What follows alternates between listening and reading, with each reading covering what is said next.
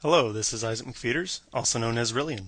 Hi, this is Liz Cordovan, also known as JimFan15.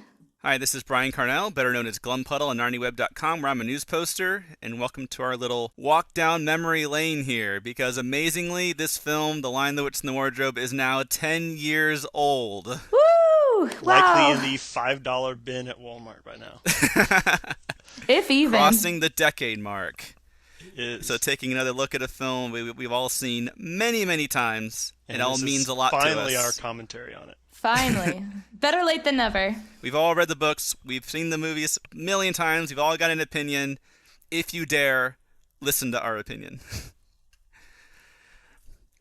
And here we have the first scene with which I would not have predicted they would just start off with this, but I thought it worked out well for the movie. Yeah. No, it was a really good, artistic choice.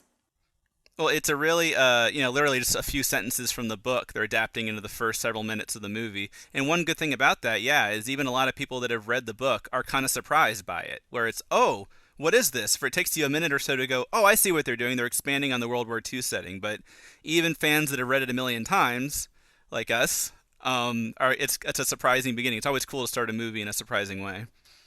And it does work well because it kind of reminds you how real it was. And that is the setting that was real, of course, to the initial readers and all the people when the book first came out. Of course, that was fresh in their minds. And it sets the stakes immediately, kind of like where these kids are in their lives. And actually rewatching this movie kind of like from a step back perspective, I really kind of got a better feeling for what the filmmakers were going for with the whole maybe overall arc of the film, and this had a lot to do with it, just kind of establishing that these kids are in a wartime situation. Yeah, the opening scene is very character driven. Every single person here kind of has something they're setting up with each character.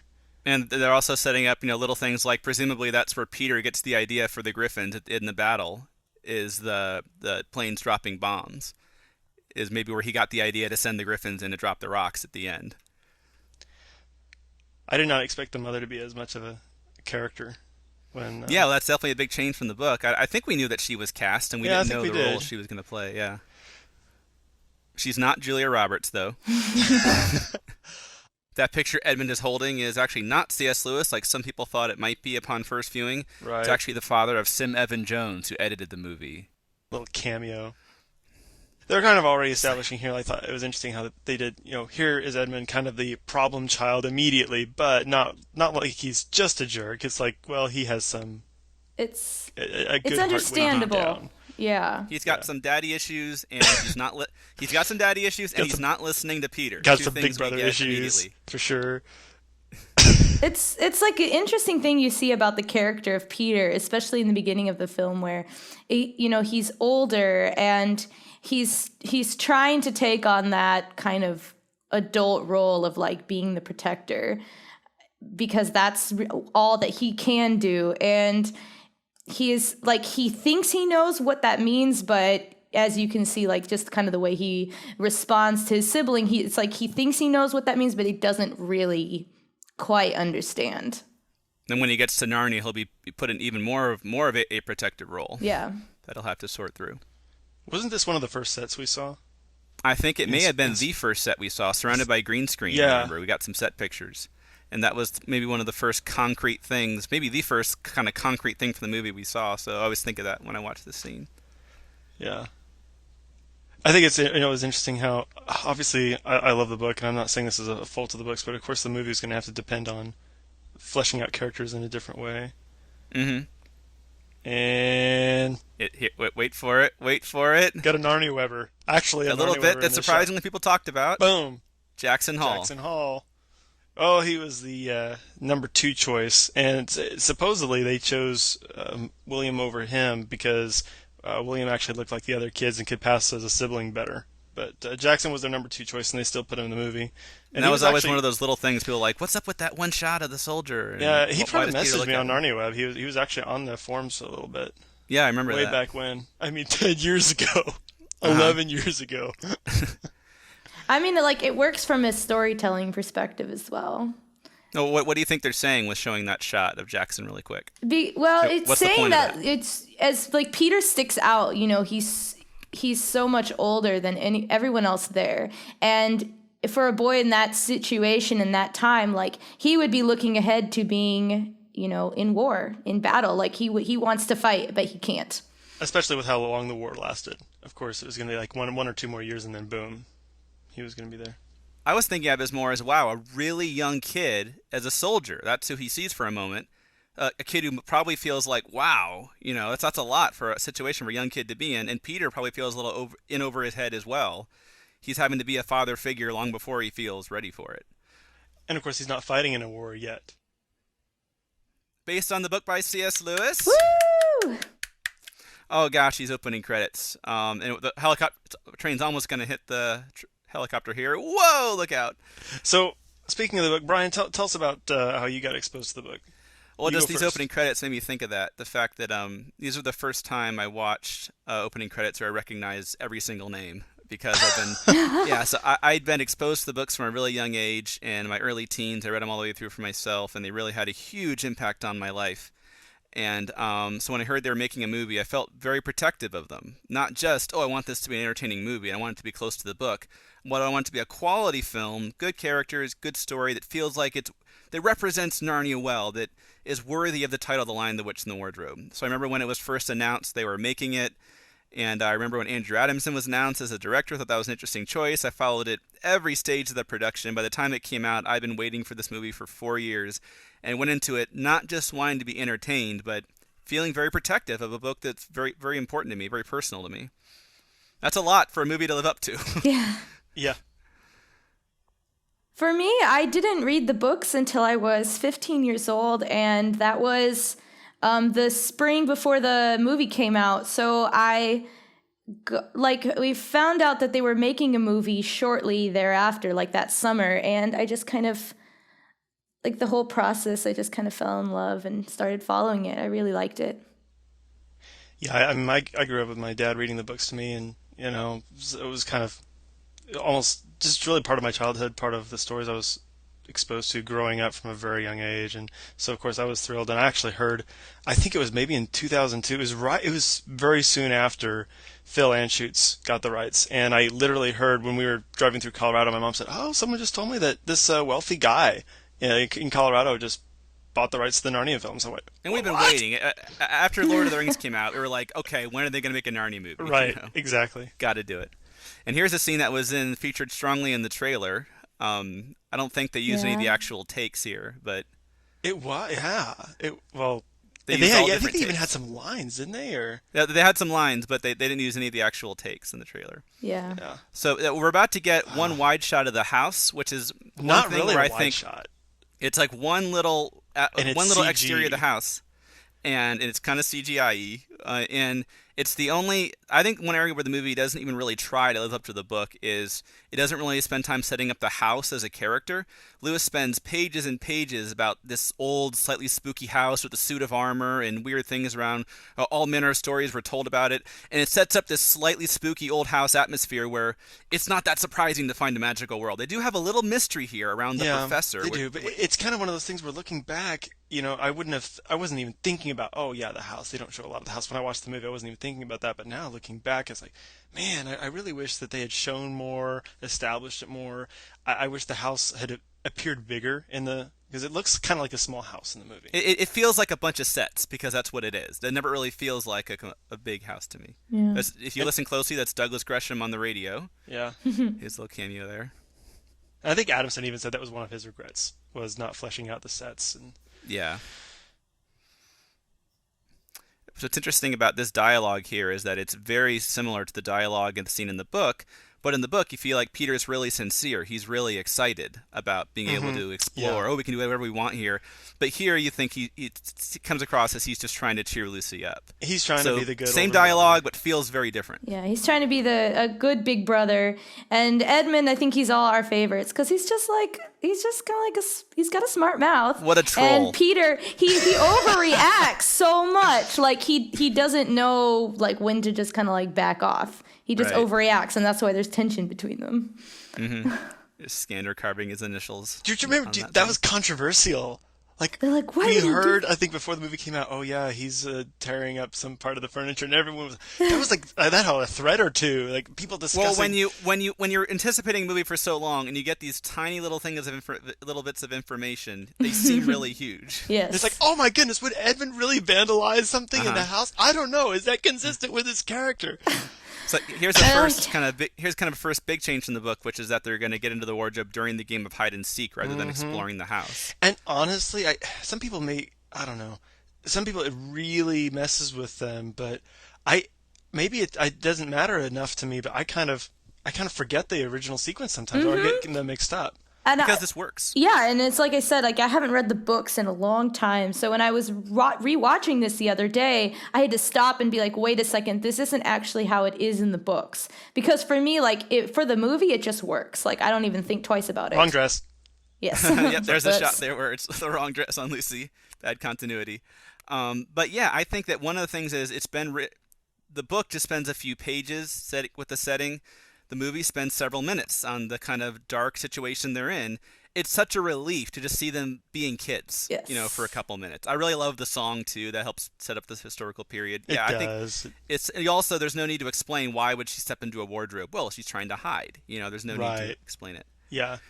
And In here a comes moment the- here, It's so we like, see there's dun, only dun, two things in the room: the dun. wardrobe and The a blue dead blue bottle. bottle on the windowsill. which A actually dying blue dies bottle, on the rather. windowsill. But A dying blue bottle on the I windowsill. have to ask, what did you guys think of the wardrobe? Because the book implies it's kind of a plain-looking wardrobe. At least Yep. certainly not decorated and ornate. What do you guys think about this? For the purposes of being a centerpiece for a film franchise, I think they did an amazing job. I like it. On one hand, yeah, it should be an ordinary plain wardrobe, and that's part of the fun of it, that it's a completely plain wardrobe and has a magical world inside. But you cannot help but be excited as a fan when you look at the carvings and see the tree and the rings, the White Witch and her sister. I mean, the it's just sunrise, beautiful. All these scenes from The Magician's Nephew is really cool. Yeah. The mothballs, that's another little detail from the book. Fan Although service. it's actually 2 mothballs that drop out in the book, not 3. She opens the door, a whole wall of alfalfa. Oh, but I remember, no, because when I watched this, I was like, oh my gosh, I was just there was no way I could look at the scene objectively the first time, because I was so in awe of all the details from the book that they stayed true to. The blue bottle, the mothballs, everything. The one thing they did add was there's a cloth over the wardrobe. Which I thought worked. I thought it was good, and it made sense in the room it was. Kind of an Yeah. unused room. There's also no mirror in the door, where in the book, the wardrobe has a mirror in the door. She's so cute. I always wonder, what if Lucy had left the door open more and saw someone standing there? Would they just be frozen? I wondered the same thing. Frozen Like, in what time? What if you were all holding hands and you started to walk? Anyway, things a fan wonders. So yeah, and one of the reasons she looks so cute here, Liz, is because this really was, most of these shots really were the first time she saw the set. They had blindfolded Georgie and brought her in there. So these reactions are pretty genuine. How old was she here? 9, 8? 8 or 9, I think. Which yeah. I think was probably a good idea Yeah. to help the child actors along. And we've discussed this before, how they really focused on the performances and how the performances from the kids was a priority for them.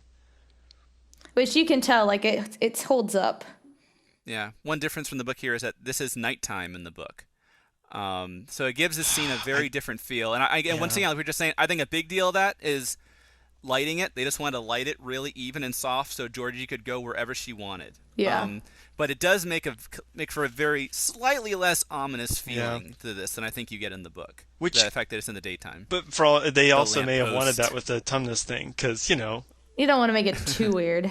too Right. too creepier. And there's the lamppost. I one of do. the, I have to say, and I love. one of the iconic images in children's literature. I love the fact that they made him look like roots at the bottom of the lamppost. You can't see I it too well. know. But It was I think such that a was good a fantastic idea. choice. Almost like it grew up out of the ground. Great Magician's Nephew reference. And hearing the footsteps here. So yeah, we're getting a little bit spooky. I think the scene in the book is really spooky. We get a little bit of that here through hearing the footsteps. Someone's coming. I remember how much I discussed this with friends, like the age of McAvoy here. That was an issue. Huge issue and once I saw his performance, I was sold. No, I had some friends who frankly Yeah. were not. I think they thought it was creepier with the fact he was younger. Yeah, I remember that was one of the earliest controversial issues, but James McAvoy was so much younger than anyone imagined Tumnus being. Well, I mean, just like watching this, I was kind of like, how does this from a totally like non-Narnia fan's perspective, how does this scene play? Like this scene and the subsequent scene, how does it play? And I can see different like purposeful choices that they made to kind of make it work and not be weird. And I think age is definitely one of them. Like his initial reaction to her. That's my favorite part of the scene, and that really captures what I love about this book, and to some extent Prince Caspian, to a greater extent Prince Caspian, that the irony of Lucy, he treats her like Lucy is she's the weird, scary creature. And I think that's the subtext of her line, "Are you hiding from me? Like, shouldn't I be hiding from you? You're the scary monster here." Yeah. But he looks at her as the weird monster. He's never seen a daughter of Eve in this world before. Yeah. And that really comes through. But yeah, this is the kind of scene where I think if you read it in a script, if you read it on paper, I don't think it would be that effective. It's what James and Georgie do that really makes this such a special scene. And most of the dialogue here is pretty much from the book. They even stole a few lines from later scenes. The line about "you must be some kind of beardless dwarf" is taken from something the White Witch says in the book.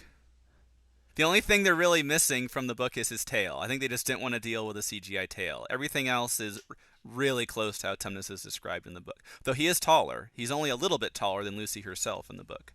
Right. Yes. And Lucy says, "My mom's name is Helen," because Georgie Henley's mom really is Helen.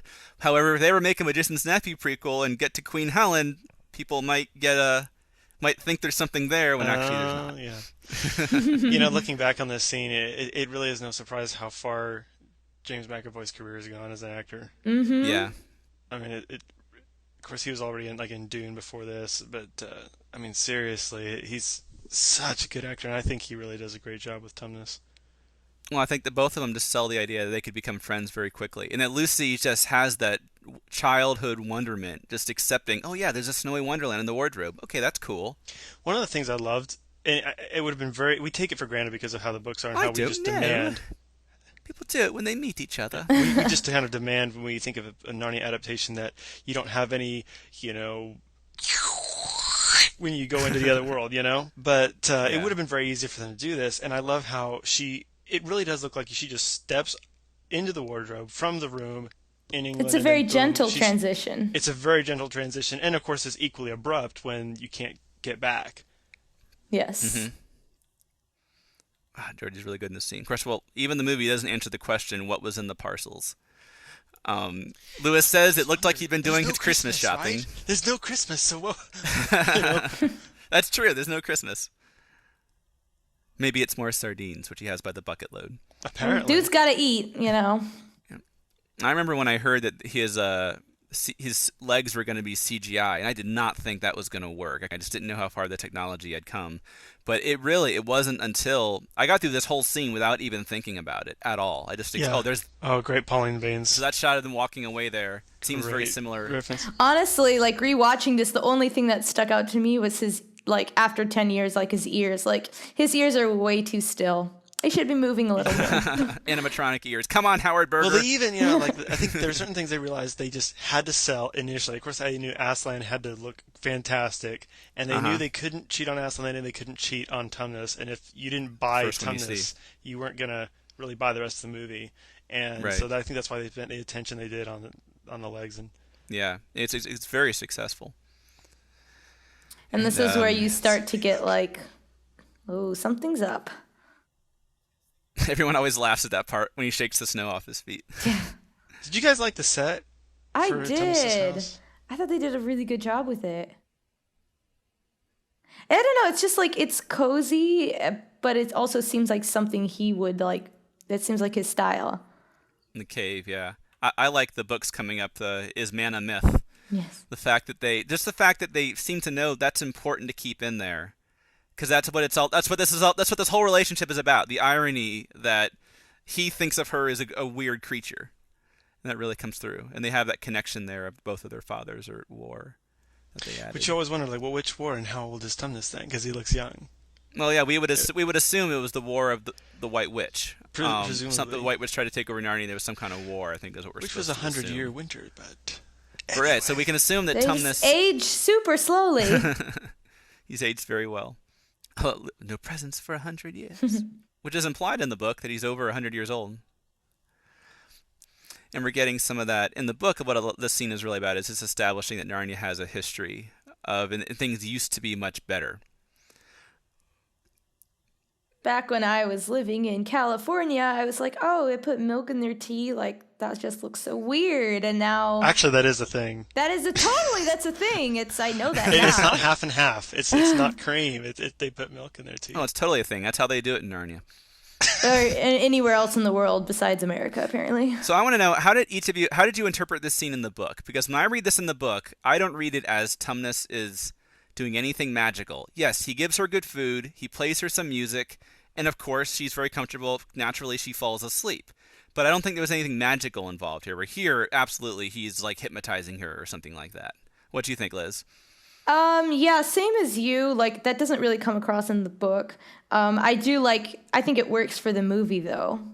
Especially since it kind of, like, gives it, like, a heightened, like, weirdish kind of vibe. You know, like, okay, something is up. Something's off. Yeah, I don't know. Maybe I know that he was obviously supposed to catch them. He says that's really the only thing that I could kind of see it both ways. It's kind of hard to tell because the music. I think it's definitely implies in the book, which the music here. It's obviously supposed to be magical, but even in the book, it makes you want to laugh and cry at the same time. So I think there was something to do with I think the music was inherently, in and of itself, kind of magical, but I don't think of it necessarily as just as a spell, like a spell flute or a spell song. Yeah, and what they're doing visually here, it's always great to use something with visuals, is changing from they have this, and there's Aslan, that's not in the book. Which I loved here. I thought do that like was that. fantastic. But they're just going from, they had this really cool relationship and they befriend each other very quickly to, oh wow, like now it changes to a more ominous tone as he's playing that music. And then Aslan interrupting there I think is really cool. Because not here, but Lewis in the book does spend a lot of time building up anticipation for Aslan and talking about him long before we ever see him. So I think it's in keeping with the book to kind of prefigure him a little bit here. Yeah, and it's honestly like the only bit though. Like it's we don't hear much about him until the beaver stam. I think that's true. Yeah, but I think that even looking at the lighting here, they may have, who knows, they may have played around with like, well, yeah, let's have her come into Narnia at nighttime like in the book, and then realize, well, if we want to kind of establish this idea of it being magical and kind of light, and her not feeling ominous towards Tumnus, then have it be daylight time, because then even just the lighting here, it of course immediately changes everything. The whole tone. And it also it gets the point across that she's been gone for hours and hours. She's been gone for a few hours, but when she comes back, it's still raining and it's still daylight outside. He's still counting. Like no time has passed at all. Little less dramatic here. It's not quite. Tumnus doesn't cry quite as dramatically as he does in the book, where there's like little puddles on the floor and stuff. They toned it down a little bit, which is probably a good thing. Just thinking about for the audiences. Movie. You ought to be ashamed of yourself, this he says in the book. I kind of missed that line. A great big fawn like you. What on earth are you crying about? Because Lucy was always valiant. Yeah. This line here, I love even some of the trees are on her side. Is a really creepy line in the book. I don't think it's quite as creepy in the movie. It's kind of like, oh, trees? Okay. I think they were trying to kind of like tie in the whole trees are people, like because they kind of do it towards the end of the movie as well. I don't think it really works. Just a little bit. I see what they were going for. I don't think it was used very effectively. I think they didn't really know how quite to depict it. Yeah. And it's not a hugely important... Yeah, of course, at the end, they do send the tree mail at the end. It's more of a thing for Prince Caspian. Like, I think if they had set it up more here, it would have been more of an impact in Prince Caspian. But... And now that I'm thinking about it, was that even a thing in the movie? They talk about it in Prince Caspian, and obviously it's the trees that come back and save the day at the end of Prince Caspian. It would have helped Caspian if they had set up the idea of trees moving and being alive better in this movie. I love their little interaction there.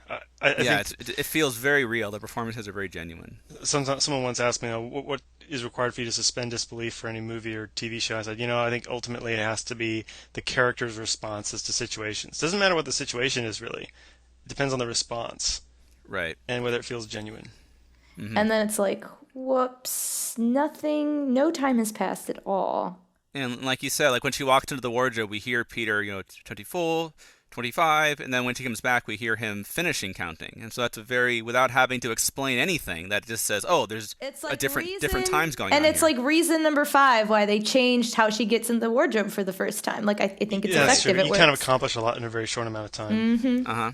I kind of like the shot of him behind the wardrobe. He's like, Edmund, I love him. Yeah. He's just such I like a this Because, shot. you always think, yeah, but what if you went behind it? One thing I like is that Lucy, that comes across, I think even more in the movie than in the book, is that this is this whole adventure she's claiming she had is causing a big disruption in an already unstable family. Like this, it's going to lead to a big dispute here between Edmund and Peter, and so it's like this is becoming a problem. But like, what can I say? It's the truth. It really happened. Mm-hmm. So we see a lot of the conflict again. Peter not being a good father and figure. it's like the family dynamics in a nutshell, you know.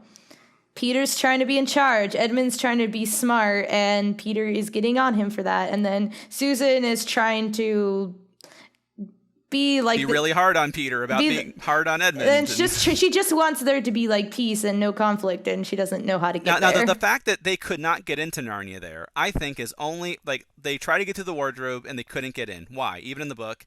And the only explanation, I think, that makes sense is that you can't get to Narnia by trying, which they're about to break that rule in a moment here when Lucy gets up. I won't make a big deal about it because I like the scene, but I think it's inconsistent I see what with you're the saying. series. But So here in the book, this is where Lucy, it's the hide and seek game at this point, and Lucy just briefly is going to look into the wardrobe.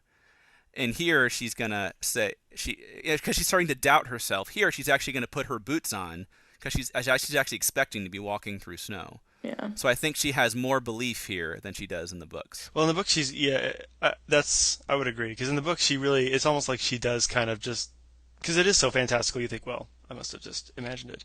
Now, this actual moment here with Edmund coming out of the bathroom was a huge issue on the forums, It was because such a mess. you hear toilet flush. The comical and what toilet happened flush. was, I guess an early audience got to preview the film and there was no music. And just the timing and everything, they said when the toilet flushed, the whole room just burst out laughing. And people were offended, like, oh my goodness, I can't believe they put a toilet joke in Narnia. And which, of course, here, you don't even think about it. Remember, this is coming from the guy that directed Shrek, so we're a little bit sensitive to that kind of thing. Yes. Oh my goodness, they put those types of jokes in Narnia.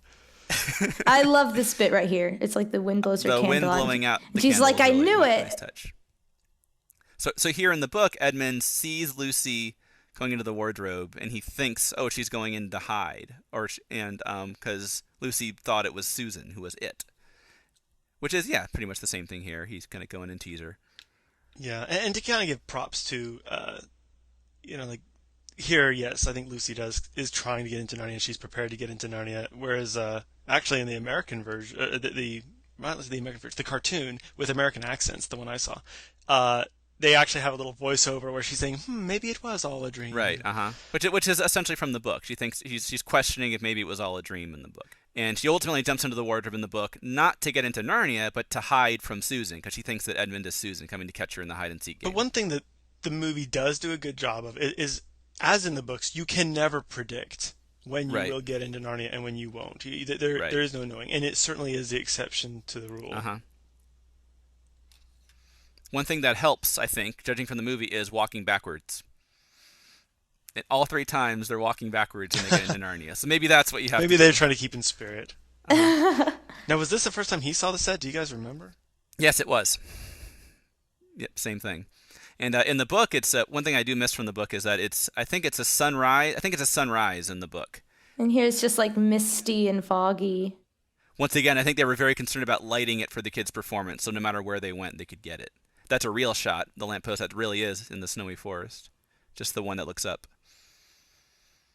They did it. It's funny. They do actually intercut away from a set to real snow more than you might guess, and it actually works. It works pretty well, I think. I can't really pick out which shots are snow and which ones aren't real snow.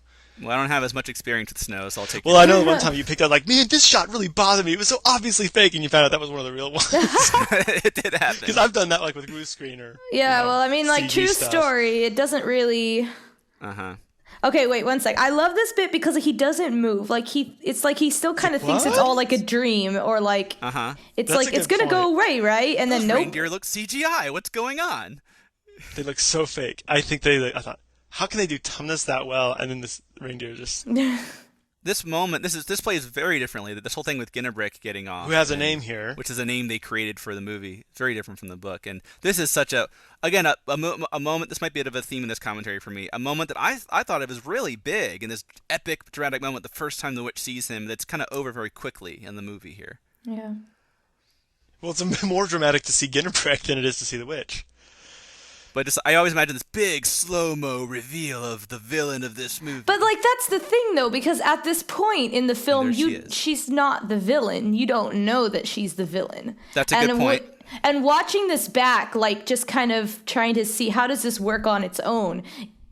She's just like it's very ambiguous, especially with the contrast with Ginnebrick, who's obviously like bad, and then there's like there's this like nice lady and she's very mysterious and she's giving him stuff and like there's something up, but you don't know that she's like this terrible witch. Right.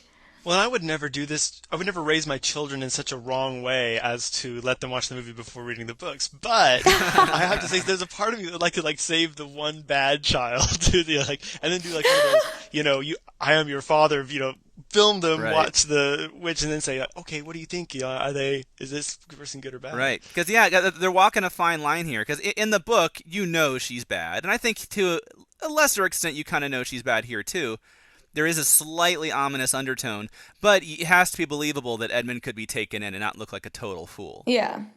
Because, on the surface, if you're not super, intuitive, you're like, okay, she's weird. What the heck? She's not white! That's true. I was about to ask. What the heck? The white witch is not white. What do you think, Liz, about her not actually being white? I think she's white enough. Here she is. Later in the movie, she gets a little less white, and maybe that's symbolizing her power kind of melting, essentially. But that bothered me to no end when the promotional pictures were coming out. Like, why is the white witch not white? But I don't think they wanted her to look like a clown, I think they wanted her to look somewhat I attractive. still think they could have accomplished something. But here's the other thing. It's more of it's a bigger issue if you think about the magician's nephew and the backstory and the fact that she was this incredibly beautiful woman who, after the eating the apple, was still beautiful, but boom, white as salt.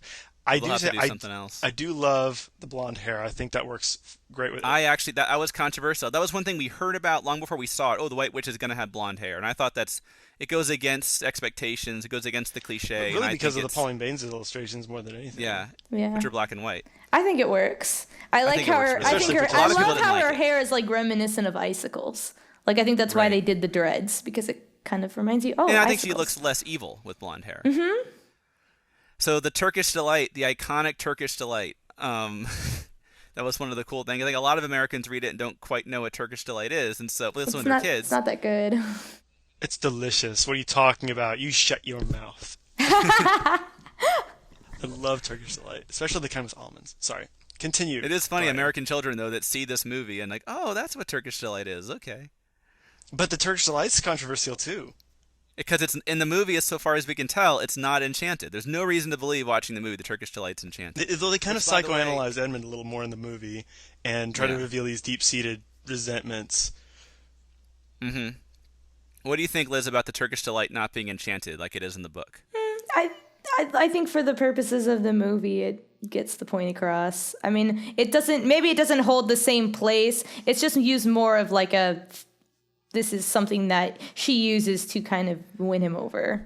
And if we're putting this more in historical context to World War II, they'd been rationing. Yeah, so, he hasn't had that much sugar in his life. Edmund had not had anything sweet for a long time, probably. But I think, it's one of those things where in the book we get inside Edmund's head so much because it's a book. We can know what he's thinking. We know that, yes, he was influenced by the Turkish Delight, but it was ultimately his choice. That's a difficult thing to convey in the movie when you can't hear his thoughts. So I think they were worried that it would seem like it wasn't really his choice to betray them. He was just under a spell. Like he was being bewitched or something, which is not. And I think they do a really good job of making it very clear that everything that Edmund does was his own decision. No one was forcing him to do anything. Right. Yeah, I still kind of wish that, I don't know, I wish they would have done Which is something. funny, when I first saw it, remember, Ginnebrick takes a bite of Turkish Delight, and I was thinking, this is how they're going to show it's enchanted. he's going to be on his hands and knees going, "Oh, Turkish delight, must have Turkish delight." I just wish they would have shown that, it wasn't that he needed something else to push him over the edge. The character of Edmund wasn't the type of person who would do all that. Just, because he's he not wanted Turkish delight. like an evil bad kid. He's misguided. So once again, we're seeing that this whole Lucy claiming to have these adventures is causing a disruption by having her. I think that's really emphasized because she actually wakes them up in the middle of the night. And so it almost makes this moment hit where Edmund betrays her. It hit a little harder maybe than it does in the book, because Lucy's just, it's really embarrassing. She's woken them up in the middle of the night to claim this. Mm-hmm. And he's like, we were just playing around. Like, what? And it's just like, because she's such like a true, like she's so genuine, like she wouldn't lie about it. And then she's just such a sickening moment. Yeah. Ugh. She looks genuinely upset there. Sorry, I always thought it was funny when they just push him. I don't like the makeup on the professor. I know the book says that he looks a little odd, and Lucy was a little afraid of him when they first met, though they overall do like the professor when they first meet. I look at this guy, and it's like, what the...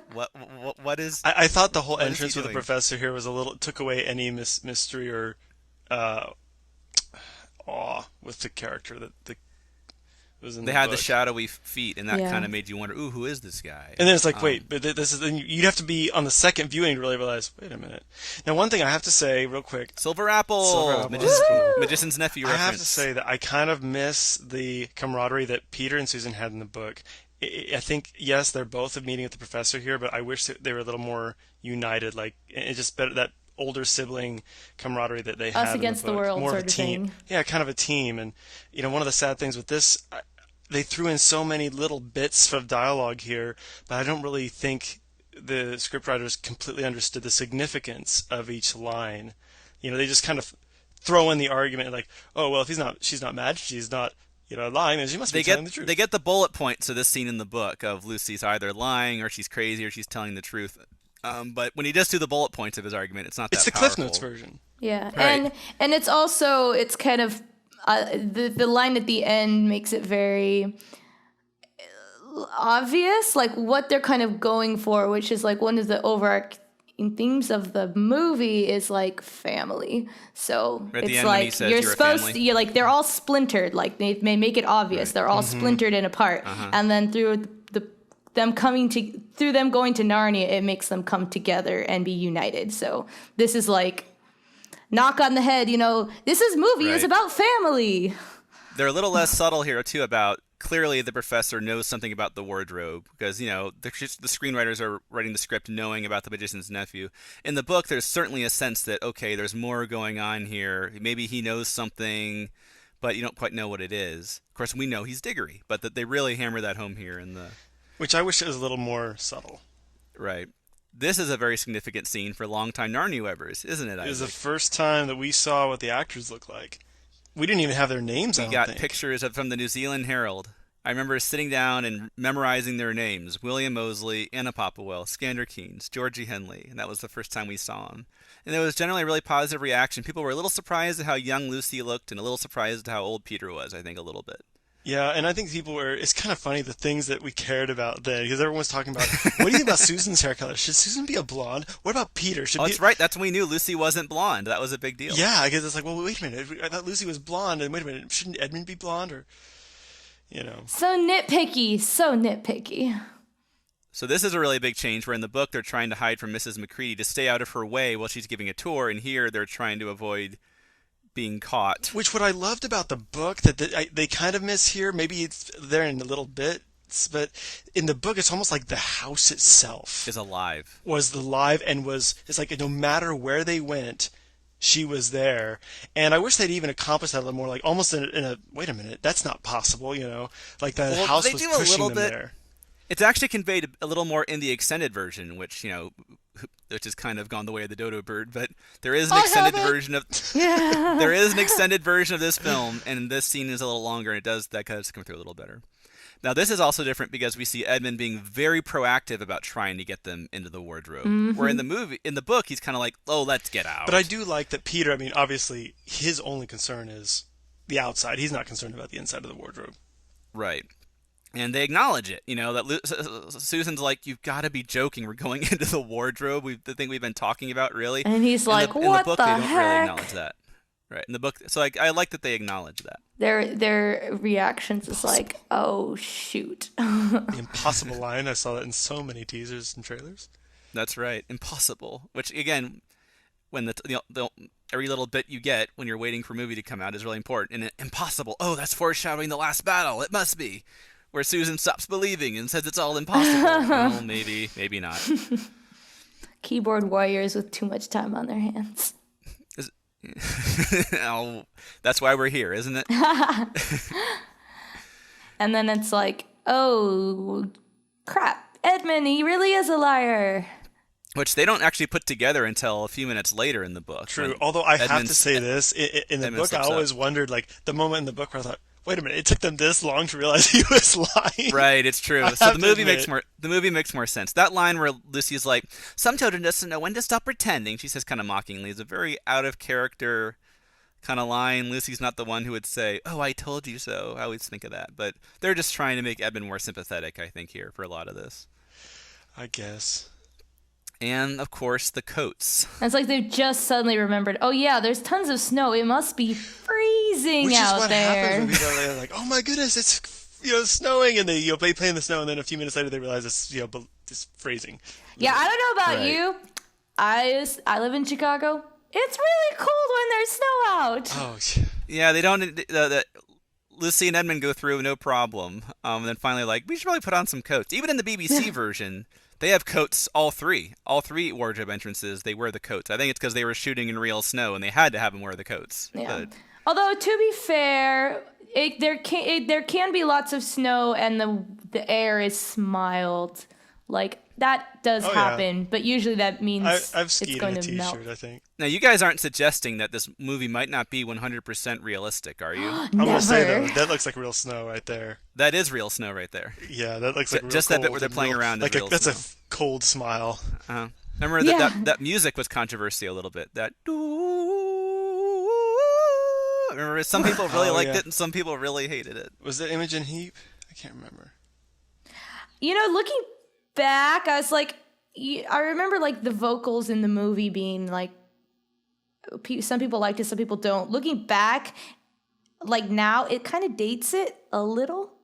Like I feel like it will be the same. So. Like in 30 years, we'll be like, we'll look at it like people look at like 70s and like 60s movies that have like all that like techno bop music or whatever it is. There's one thing that the movie kind of neglects. It's because in the book, of course, Lucy goes back with Edmund, but then Lucy gets a perspective from Tumnus, and the reader starts to realize, oh, wait a minute. Yes, no time goes by when you're in Narnia, but when you come back into Narnia, any amount of time, it might be a week, 2 weeks, a year, you don't know. There's really no pattern. You very quickly, as a reader of the book, realize, oh, wait a minute, there's that side of the time dynamic too. And because I think it's like a week or so after, between visits for Lucy, or even for Tumnus. But here you get the idea like it's more of a month at least. It's been a while. Yeah. At least long enough. Which the movie doesn't really convey. Yeah, and they went with... you know that it's been long enough. Yeah, they went with the name Mogrim. Lewis, when he published the books in America, changed Mogrim's name to Fenris Ulf. Which actually is a more historic name, and that too. version's currently out of print, so it makes sense that they would go with Mogrim for the movie. I personally like the name Mogrim better. It's more sinister. Fenris Ulf does have some interesting ties to mythology. Mm-hmm. Yes. Which so I've recently learned. We're about to get the Robbins cameo, but not before we get the weirdest line in the movie, which is Susan saying, "Did that bird just psst us?" Which I don't think I knew what she was saying till the second or third viewing. Like, oh, really? What do you mean psst us? Like, did that bird just psst us?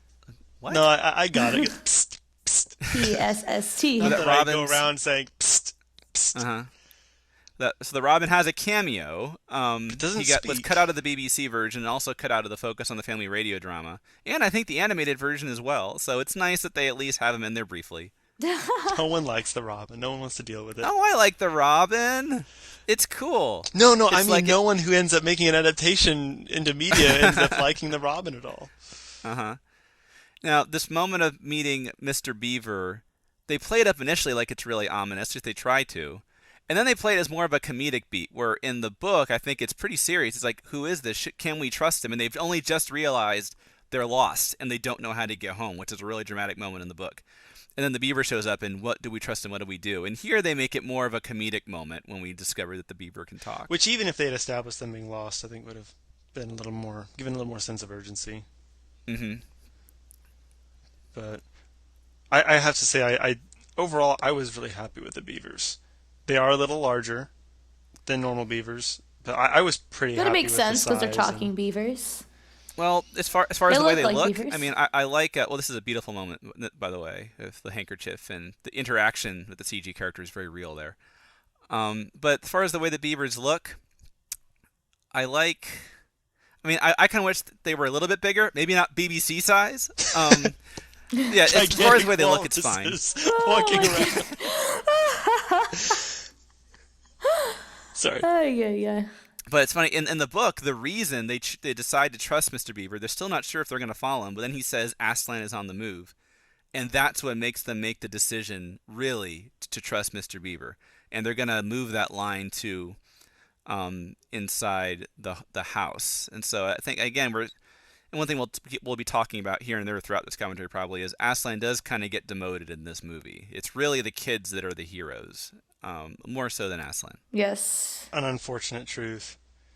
And there's so many things that are hard to convey because it's very clear in the book. I mean, the author can just say, well, this made Peter and Susan and Lucy feel this way when they heard the name Aslan. It made Edmund feel terrible. And it's very hard without a BBC style emoji shot, like human emoji shot, with music and soaring trumpets to convey that. It's like smile, smile, smile. No smile. Here's something that I think they had to cut corners in the budget somewhere, and this set I think is pretty. It's not nearly as expansive as what you imagine it being in the book. It feels pretty small. The BBC one was actually a little better. It was. I think it was. I mean, it was like, oh look, a real river and a real dam. Mm-hmm. So there's a lot of the beavers being used as comedy in the movie, which I don't know if I love. Like they're very.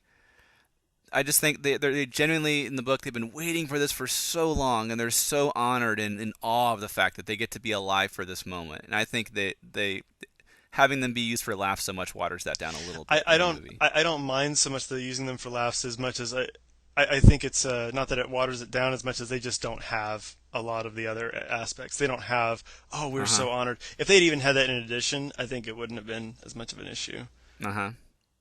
So, Jim Fan, having given this a fresh viewing apart from the book for a while, what do you think of the fish and chips as opposed to this amazing meal they eat? If I wasn't paying attention, I still wouldn't notice it. Like, it's very subtle. Like, I didn't. It took me the longest time to get it. Fish and chips. I don't think I got it the first time either. Yeah, but it's just such a mouth-watering description of food in the book. Very different here, and so there's Mr. Beaver saying Aslan's on the move. How do you do that in a movie? But that's the reaction. That's their attempt to show all their reactions. Yeah. Lewis describes these intense emotions. What do you do with that in a movie? And various adaptations have tried it, and no one's really hit a home run. Here, it's just kind of a long, awkward shot of their reactions. You don't quite know why. And here, again, this is in the book. This is important exposition. We're finally getting answers. And it's like, there's Aslan. He's a lion. He's the king. And they're explaining all these things, and you're listening to every word. It's kind of interesting, kind of intense. And here, even the way he's explaining it is being used for laughs. Yeah, well, and unfortunately, in the book, it's actually very easy. I mean, if you weren't even thinking that much about the title, very easy to go a long time without realizing Aslan's a lion. Whereas here, you very quickly, especially with the little foreshadowing, the little shot of the lion and the flames that Tumnus as much as I like that, it kind of take away from that, and you do realize pretty quickly, oh, okay, Aslan's a lion. Whatever. And I think that's fine. If people get it, great. If they don't, but yeah, that is a change from the book, where in the book he says Aslan's a lion, and here he doesn't say that. So it's supposed to be a bit of a surprise when Aslan walks out and we find out he's a lion. But I mean, you can pretty much tell if you're paying any amount of attention. Well, we've seen the witch, we've seen the wardrobe. Right. Can I just say, I wish the food here looked more delicious, because food gets a lot of time in the books, and the beaver scene always makes me hungry, and know that, yeah, if I were there, I'd feel very satisfied eating. Whereas here, it looks like I Right. could probably still be wanting something else You after see, eating. I would say, oh, they're just trying to keep the tension on. They don't want to have them enjoy this long, luxurious meal when there's all this tension. But not because they do a lot of comedy in this scene. So I guess Exactly. that Well, wasn't and what here's they the were other doing. thing. They also, in the book, it's a startling movement away from, oh, wait a minute, Edmund's gone. Yeah, yeah, yeah, yeah. That's the big dramatic moment in the book. They cut out the bit about the fourth thrones being filled would be the end of the White Witch's reign and her life. They don't say that bit, which Which is is very interesting. surprising because that's actually points to the children and it gives them a little Empowers the kids attention. more, yeah. Yeah, and so it's like, well, you would think because the children are so much of a hero, or the heroes in the story, that Right. they would have that. But Yeah.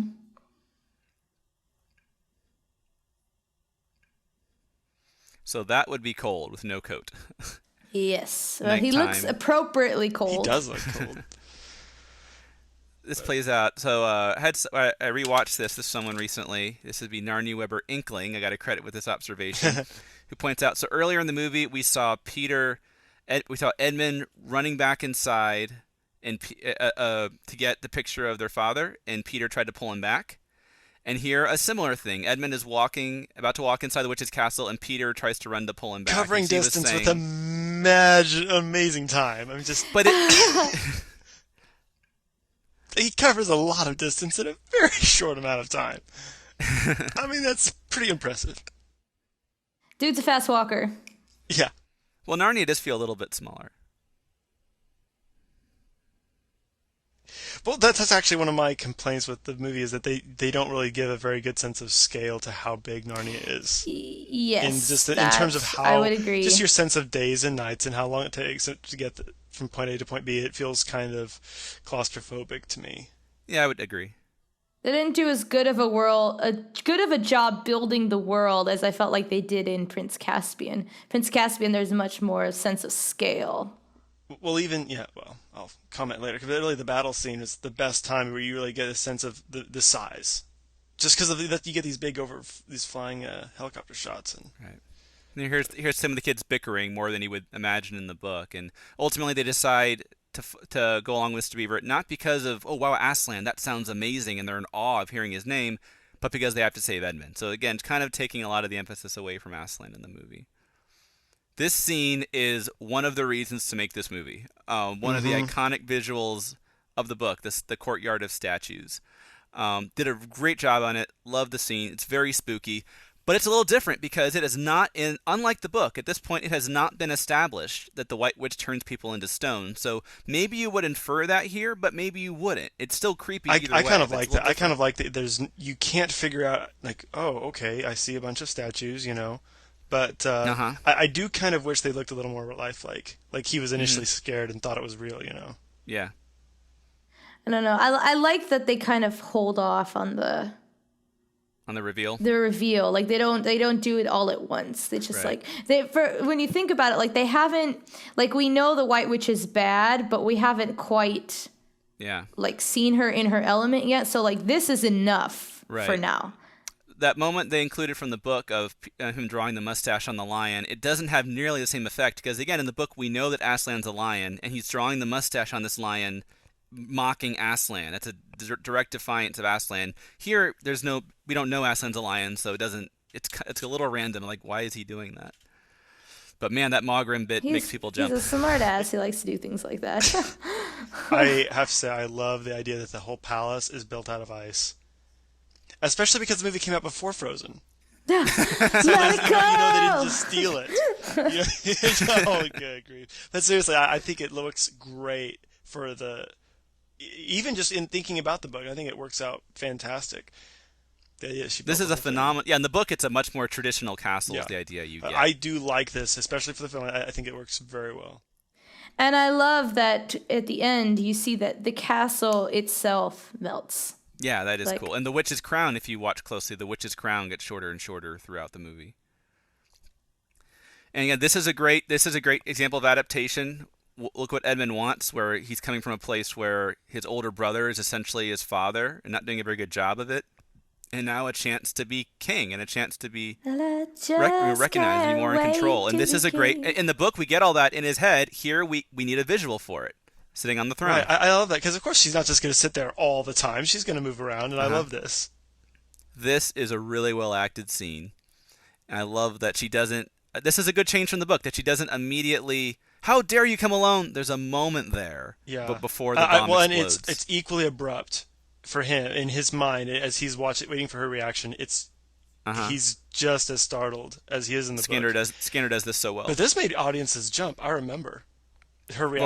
Well, I'll tell you, my fourth or fifth viewing of this movie, behind me, there were two or three kids that clearly thought the White Witch was the good guy and Aslan was the bad guy. And right here, oh, how they jumped. This is a huge plot twist for them. I think it's so... It's like... The witch is dead. Mind blown. I love it because it's like, and you see that she does this in more than just this scene, where she kind of plays with... She's like a cat playing with her food. She kind of is.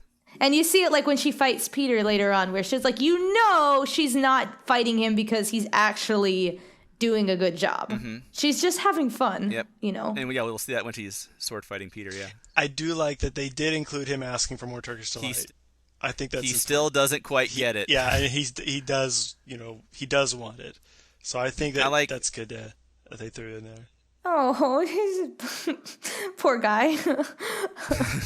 Num nums.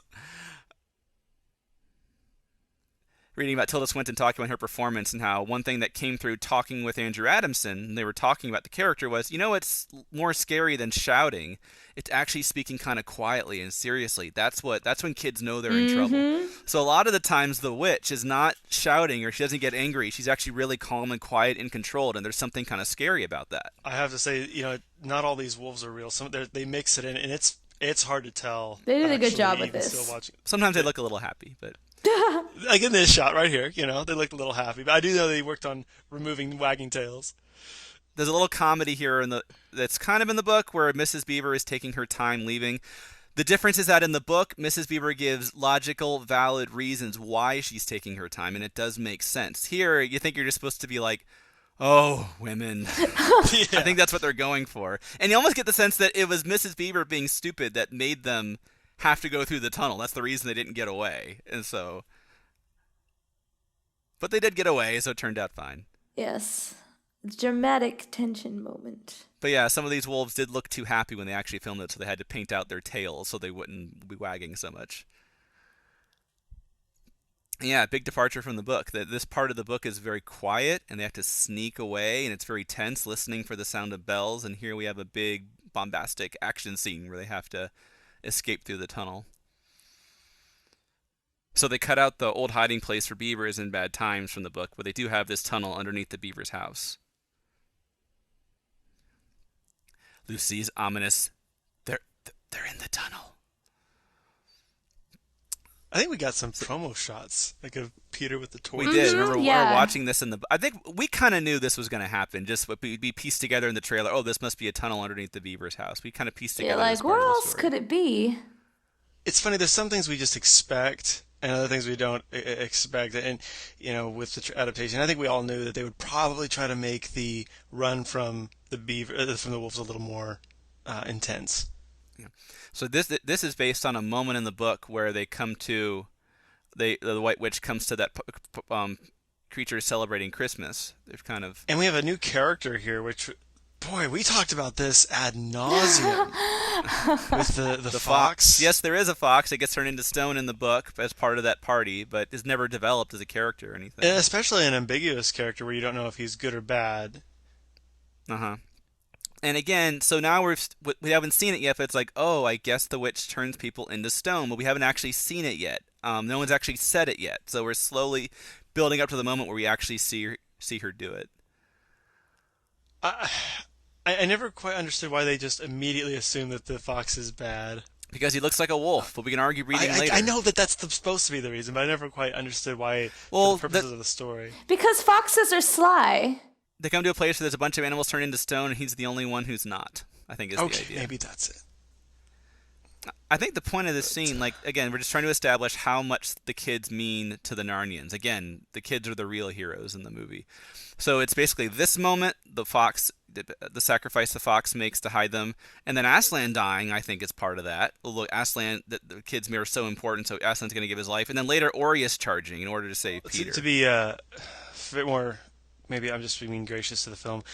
It is important, and the book does establish, as far as like whether it's the trees or the fawns or the wolves or the beavers. There's these basically two factions in Narnia: those who would like to see the children in Aslan return, and those who would like who don't, who serve the witch.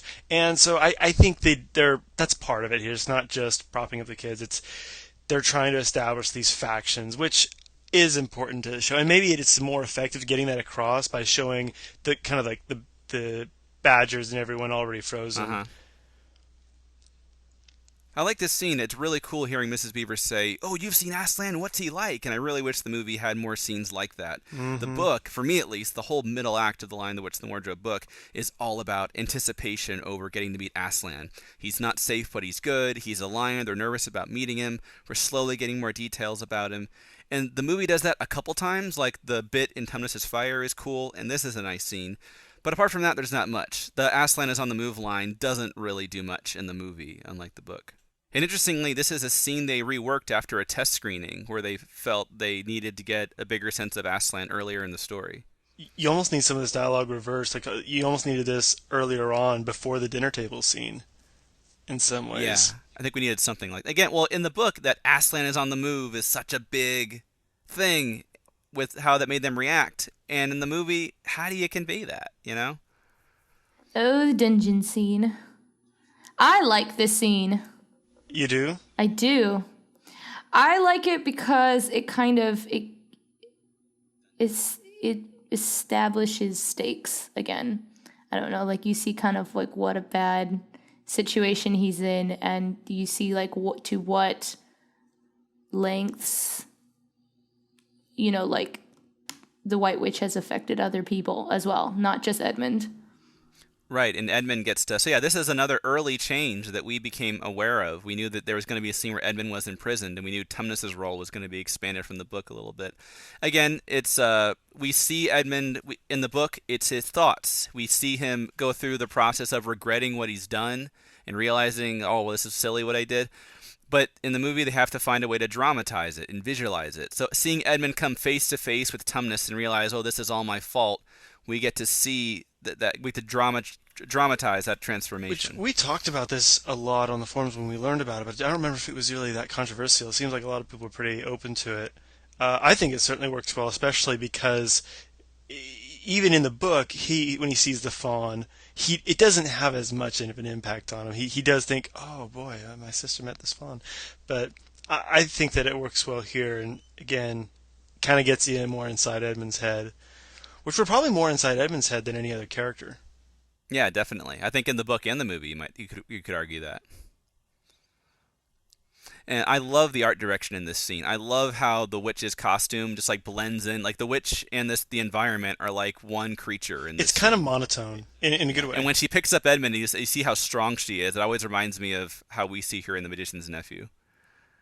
Yes. And he doesn't quite get it. Like he knows she's not good, but he doesn't quite get this, like, because he hasn't heard about Aslan and everything. I mean, he has, but he doesn't quite get it. Mm-hmm. Like, you see Tumnus going to lengths to try and, like, don't talk about that, and he doesn't catch on quick enough. I like the editing in this scene of all the different reactions, and there's a lot said without anyone saying anything in this scene. I think that's really good. And again, like the witch, the way she reacts to Aslan's name in the book, she completely freaks out. And here, it's clearly, her eyebrows kind of go up, and it's an important thing, but she doesn't freak out to the extent she does in the book. So Aslan just feels like he's less of a, certainly early in the story, he's not as big of a deal as he is in the book. And of course, that's Tumnus presumably got his hooves turned into stone, as he talks about in the book. Oh, my horns sawn off, my tail plucked out, and my hooves turned into stone. And it's one of the things he speculates about. I will say I wasn't really a huge fan of Tumnus's line here, "Free Narnia," but I do love the music here. Mm-hmm. I think Harry Gregson Williams is one of the heroes in terms of performance in this story. Mm-hmm. And again, without having to say anything, we get what's going on here. We get what Edmund is feeling and the regret he's experiencing. So we're dramatizing something that in the book, because it's a book, can be all in his head, and that's fine. So you kind of have to see, like, you have to visually be able to see the consequences. Mm-hmm. And let's see, Tilda can get through that door. That took her a few takes to get through that door in that dress without falling over. Yep. So again, oh, poor Edmund, we feel bad. Oh, the stone bridge. This was a really iconic image from marketing. They use this a lot. And it's pretty cool. It's pretty epic. And then we cut to not so good green screen. Yeah, And then, of course, you also, wasn't a again, fan. on that helicopter flying, you think, wait a minute, where do they plan to go? Do they plan to climb down? What's the point of going over the bridge? It doesn't go anywhere. They almost should have added CG'd in some extra landscaping. It's like Batman. He climbs all the way to the top of this huge building to look dramatically and then climb back down. Yes. It's like the geography doesn't match up, especially when, if you look in the distance, you can see Aslan's Howe, and right, and that that's totally right, yeah. does not, and it does. And then you look at Prince Caspian, where Aslan's Howe is, and you're like, wait, how did that get there? Because that is not there at all. Which the thing is, though, with Aslan's Howe, I mean, they actually released a little map that included the stone bridge on the map, and if you actually look at that and then relation to everything, Narnia is a few square miles. That's okay. And here it's like there's no doubt, if Edmund has figured it out, she's the villain of this movie. And he is in deep trouble. So, all right, coming up to some more changes from the book here. They're going to meet More Father changes. Christmas. Uh-oh. Da, da, da, da. Vaguely similar, but different. The new tagline for Lionel Wardrobe, Vaguely similar, but different. That's the movie.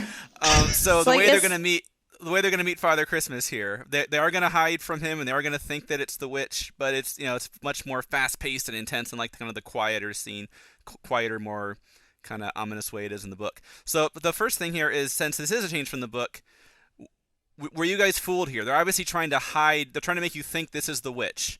So, No. so Liz, when you first time you saw it, did you think that for a moment that it was the witch? No, because I'm a reasonably educated Narnia fan. I actually will say, because of how all the other grievous scenes, I did wonder until that one shot. Like initially, when I thought, "Oh, it's the same bells and everything," but then I looked and I saw that they didn't have the witch's crown in there, so I thought, "Oh, they're obviously okay. Never mind, it's not her." I was fooled for I think about 5 seconds because I'm very sensitive to they're going to add action scenes. That's my first thought was, oh brother, they're going to make an epic chase scene out of this. Of course they are. Then after 5 seconds, it was okay. Why aren't they showing the witch? Oh, it must be Father Christmas. And so I was, even as a fan of the book, fooled for a moment there. Which I think, honestly, that shot right there, I think that lost a lot of regular non-fans too, because I think people realize, that's not the witch. Right.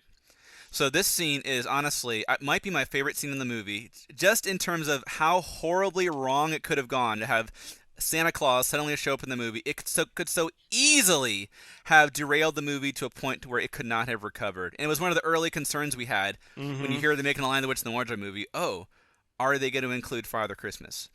And I think it's incredibly well done. Adamson did not want to include. But he decided to when he realized how important it was to Lewis. So there's a lot of, I just think it's overall so well done, and it really captures the spirit of the book. There's a lot of controversial bits in here. One of the lines, although they've been certainly hinting at it for the rest of the movie, that it's really the kids that are the heroes. In case you missed it, here they make it very clear the kids are the reason for the snow melting rather than Aslan. It's not just a point of emphasis, it's the fact that he actually says, "The hope that you have brought, your majesties, has weakened the witch's power." And so it's sort of like all the creatures are feeling hopeful because the kids are there. And apparently the so the snow hope melts. is what's weakening. So it's kind of sappy, frankly. And in addition to that, it completely so Aslan coming isn't what's weakened the witch's power. And Aslan's coming as a reaction to the kids coming, is the sense. Pretty much. And if they had, and so that one line, I think, takes so much away, even though this scene is aesthetically so well done. It's a very good scene. Yeah. It's very well done. The acting is so well done, and I love James Cosmo here. I couldn't imagine a better Father Christmas, and I love how he betrays him. But that one line does so much damage to the heart of the book. and it's just not kept through in so many ways. So, And I agree. um, It demotes Aslan in a lot of and ways, the and like you sad said, it's thing is, it sappy. would have been, even though yes, there's all these little nuances of yes, the children of the emphasis, the children of the emphasis. That one line would have been, it would have been so easy for him to even say, Aslan coming has weakened the Right. witch's power. Right. So it's a very intentional thing they did, and but still, Yeah. that was damaging, especially as a fan of the book. Then the other big controversial line is so they changed "battles are ugly when women fight" to "battles are ugly affairs." And without saying anything further, Liz, I'm just going to ask you for some of your thoughts on that. Well, in terms of like you asked me before, like, did I think it was it a big deal that they changed it? And I think no, because like to me, the line kind of reflects a lot of cultural context that's not present in the movie. I think it would have caused more. It wouldn't it doesn't advance anything, and it would have hurt more than it would have helped. Yeah. It's more of a cultural thing that is not, they don't go into that in the movie, so it wouldn't have made sense. Right. And I would tend to agree with, like it would have probably hurt more than it would have helped. And it's not like that's essential to the book anyway, is my opinion. Yeah. But very good scene. James Cosmo, I think his performance is amazing, where he still is to an extent the happy, jolly Father Christmas, Santa Claus, whatever, but he also has a seriousness and a solemnness to his performance that is very reminiscent of the book. And so this is Father Christmas, but it's the real life version of Father Christmas, Exactly, and I love the that. 3D physical real Father Christmas. And Yeah. for a scene that could have gone so horribly, and it just like the book, it expands what Narnia is. It's not just a world of mythical, of creatures from mythology. No, it's even Father Christmas, things that we thought were fake and we've heard legends of. They're actually real and they exist in Narnia. Like Lucy points out here, I told you he was real, Yeah. which is a line I thought was cheesy I when I love first it. saw. I've grown to like it, and her saying it to Susan has a lot of significance too. The Yeah. beavers don't get their gifts though. Yeah, that's sad. That's animalist. Sorry, you were drinking while I said that. Oh, No animals were offended in the making of this movie. you don't know. They don't talk in this world. Oh, Oh, but here here we we are. go. Oh, We're okay. at Liz had her spiel on the one line. I had my spiel on another line. Brian, go. You get the first go at the spiel here. of this. Okay, This so scene. it's just that we knew that they were going to add some kind of more direct confrontation with the wolves than they had in the book, and we were kind of fine with that. And it's really just the physics of this whole thing, and them going under the ice and under the water and coming back out of it. That's a little goofy. And Susan is the most annoying in this scene, I think, where she's just telling him, "You're not a hero. Just put the sword down. Just give up." So, so this is something we knew this was coming. We slowly got more bits of this scene as more trailers and stuff were coming out. This whole thing is it's kind of a failure to launch. It's so poorly executed, I think. I don't mind. I really, at its heart, I Yeah. don't mind that they really added a bit of an action scene with the wolves. Yeah, that's fine. I don't mind they tried to make it more intense. I don't mind at all. In fact, they should try to add character development to any action scene. That was all Yeah. good. It's just that the execution on each level was, it's not so horrid. It's just kind of lame. It's yeah, I have to agree kind of 100%. Like if you sit down and think about it, I see where they're going with this. I see that this is very like the character arc that they have given for Peter. This is essential to it because it's like you have Peter like trying to be the protector and then he fails and then he's successful and then then he gets his big like moment with the White Witch. Like it all makes sense with like within his character arc that they are trying to create. But the execution, like how it actually turned out, I don't think is quite what they like. It doesn't quite accomplish what they were going for. Right. It's just a little bit. The physics of it, and the situation is a little over the top, and it's a little bit goofy. And I think that also I don't like how Peter suffers from this kind of reluctant hero syndrome, which it's not like, well, this is a really big task and he's trying to muster up the courage. It's almost like he's kind of avoiding the idea of responsibility, period, which is kind of counter to how they've been developing the character. I don't know. I don't really like how there's this. I just Maybe don't it's like it. not avoiding I don't like it. responsibility. it's just maybe the kind of responsibility. Like he puts his family first, and then suddenly he's being put in the situation where he needs to consider he's being asked to be responsible for something besides his family, which he doesn't really like. He doesn't know where his priorities are supposed to be. I can appreciate the drama of this, like putting him in an impossible situation where what do? I got Susan saying to just lie down and give up. I got Mrs. Beaver. I got Mr. Beaver saying, "Stab him in the head, kill him," and I don't have much time to decide what do I do. So I appreciate him being put in that situation, and like he's just forced to make a decision. But it's like, well, just give up. How do you think that's going to work out for you, Peter? Right. But it is a little weird that that's the first time he uses his sword. It's a really weird way to use it. I will say this though, props to Weta and Richard Taylor and all those guys. Rendon looks fantastic. Oh, I get it. Props to them. Ha ha ha. They caught it. Yes, that was intentional, 100%. I am that clever.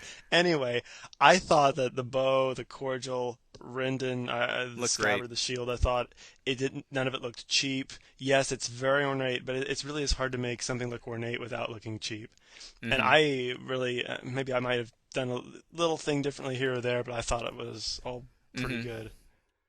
I'm just impressed that all of Susan's arrows stayed intact and they didn't like float away or anything. They're Narnian magic. Arrows, okay? Magic arrows. I mean, it's like Indiana Jones's hat never comes off. And each of the kids' gifts has their initials on it. If you look really closely, by the way, Susan's is the most obvious, as SP on the back of the quiver.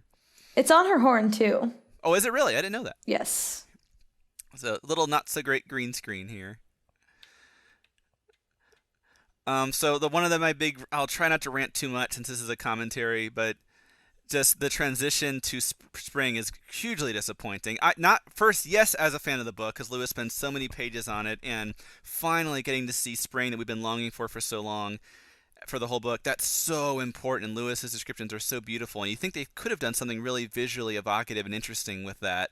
And here it's pretty much just one cut. But even as a film, it's like, this is a huge plot point. Yeah. We should spend a minute or so and acknowledge Honestly, this. though, when the extended edition came out, the expansion to spring is extended, and you said it was a little extended, but you actually said at one point that was enough of a reason, that little extension was enough of a reason to buy the extended version. I don't know if I feel that way now, because I don't like the extended version, but at the time it was such a relief to see a little more of that transition. Well, part of the problem is the action scene with the the melting ice with the ice river. That action scene, you're not even thinking about the fact, oh, it's melting, you know? Right. I also don't like the fact that the melting snow becomes a danger to them. I don't really like that. It should be a joyous thing. That's a good point. Yeah. I have to say, I love the colors in this scene, and I kind of like this scene just on its own. And I think this is one of the reasons why they added kind of like the Fox character, because they wanted, the first time we see her actually turn someone into stone, they wanted it to be personal. Right, and Edmund gets a good look at it. That's a good point. And he mentions, he was rallying your enemies near the Shuddering Wood, a reference to some Narnia geography you would know from the book. Mm-hmm. But yeah, and this is the first time we'll actually see her turn someone into stone. And by the way, unlike the book, she has to actually be physically touching someone to turn them into stone with her wand. In the book, you get the sense she just waves her wand, and even at a distance, she can turn people into stone. But here, she has to actually stab it, I think, to explain why at the battle she doesn't just turn the whole army into stone at the same time. Right. But that caught me off guard in the movie. I thought that was a little weird, the way she just stabs it in right there, just like that. Yeah. Boom. And she's not even raging. She's just looks and oh yeah. She's a Nazi. Well, yeah. Once again, she hits him really hard, but she's completely calm when she does it. It's a villain that's in complete control and still does evil is scarier than the villain that's just out of control. And there's her dress changing color, of course. Yeah, slowly. And I hate the butterfly here so much. Oh, I thought it was so kind of cool. They're trying so hard to make her cool. But yeah, the dress has gotten darker. She did it without looking. You try turning a butterfly into stone without looking. And who is this Shimpan as the centaur? Shane. That's Shane Rangy. The guy who will genuinely wish his Facebook friends happy birthday. He is better at that than I am. Yes. I've never met the man. So this is we've been a little negative, at least I have, for the past big kind of chunk of this movie. I promise things are about to start getting really positive. Oh wait, one more negative. I don't like the dryads that much. They're a little I simple. do like that they at Um, least acknowledge that they exist, but that's really the right. only homage we get to Don't them. do anything with them. Yeah. But Yeah. this is cool. Again, this is the myth becoming fact. This is the kids are coming into this strange world, but what do they find? All the strange creatures are looking at them like, "Oh my gosh, this is crazy! Look at this!" And these are creatures that have been waiting for this for a long time, and it's just so cool that they pause and acknowledge that rather than just thunder through the story. Yeah, and I like this shot also because we don't have a lot of wide shots in this film up to this point, Yeah, and we have the bridge shot. We have a little bit of a wide shot with Lucy when she comes in and she's the looking over world's the getting landscape. bigger. But I like that Narnia feels big and real, and it needs to, and we don't really get that until this point, but at least we do get it now. Yeah, It's like, ooh, who could it be? I remember some fans objected to Aslan being in a tent. Like, what is he doing in there? Checking his email? I mean, like, why would he be in there? But again, it's just Adamson as a filmmaker wanting to make his entrance more dramatic, and I think it's a little silly, but I do think it It works. works on a visual standpoint. Yeah, when Aslan walks out here, look at the bottom of the entranceway, and you see what looks a lot like another wardrobe or something very similar to it. And I think there's an implication that maybe they were called to Narnia by Aslan or something. That could be stretching it. Well, I'm gonna But have when to he look. walks out, take a look. When he walks out here, just where the tent flaps open, it looks like a wardrobe or something back there. It looks very. It looks like furniture. Yeah, it's yeah, it is, but I think it's on purpose. Anyway, I like that they immediately cut to their reactions. What's more important here initially is how do the kids perceive Aslan, and they all have a unique reaction, and I think it's really well I acted. disagree. I think the furniture is more important, Brian. Okay, fine. I think it was probably intentional. I'm going to say this. I've heard a few different Aslan voices, and I don't know if there's such a thing, if there will ever be an actor who I could say does a perfect Aslan voice. I do like Liam Neeson the best, and I think he does a good job. Yeah, me too. Better than David Suchet. Well, David Suchet is the best and worst Aslan together. I mean, really, some lines he delivers is like, man, that is perfect. And then there's other times it's like, how did you not? Didn't you preview this before you burned it?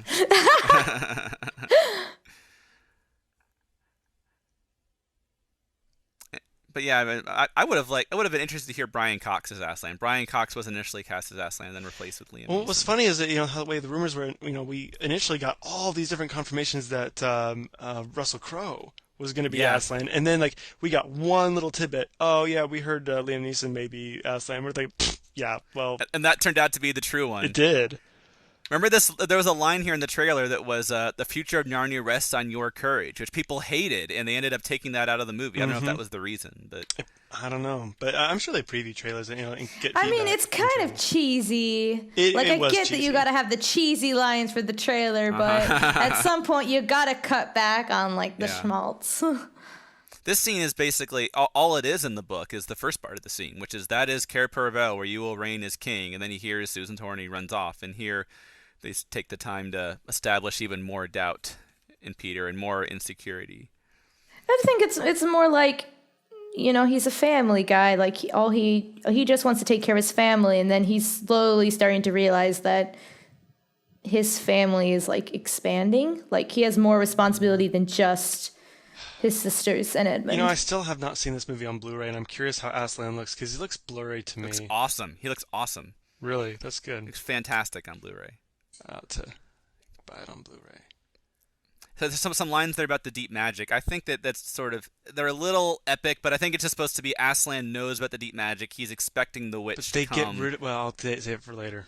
There is no deeper magic in this movie. Right, but here it's like Aslan knows that the witch is going to come and cite the deep magic.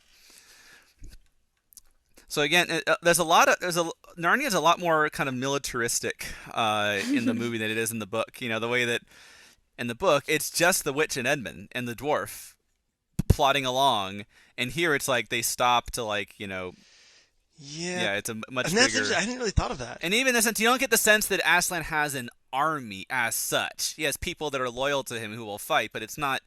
They don't necessarily have armor that they're making, and it's not it's organized of a thing, I think. Right. I guess visually you would have you like, well, wait, do they have weapons? Or what do they have as Uh-huh. Although part of the idea also in the story is that well, these are a lot of them are animals, so except for the Right. centaurs, they're pretty much they're themselves are going to be the weapons. Uh-huh. So Susan's character development here, we're going to see her lighten up and be a little more For the playful. first time ever, Yeah. I will say the character I think badly needed this, but So then the fight, Peter's first battle coming up here, which is, again, that's another scene that it's so epic and so solemn in the book. And maybe in the movie it's a little bit, why is it here? And it's a little awkward how Mogram kind of commits suicide, I think. I don't think anyone really knows how to pull it off It's tough. visually in any film. I've seen 3 Narnia or Land of the Wardrobe films, and none of them really. I mean, this is the best, but Yeah, they had it's it, tough. but they only did it with dialogue. Most of Uh-huh. this scene is dialogue. Right. And it's Because played how do from you the have Peter fight? self-doubt. How do you have Peter fight a wolf, and how do you do that? Exactly. When he just got that sword, like, that morning. It's just more of like, how do you portray a fight? What's the back and forth of it? I think they couldn't quite figure out a way to do it. I will say choreographing this scene for the local high school play was quite challenging, figuring out how to make it look okay.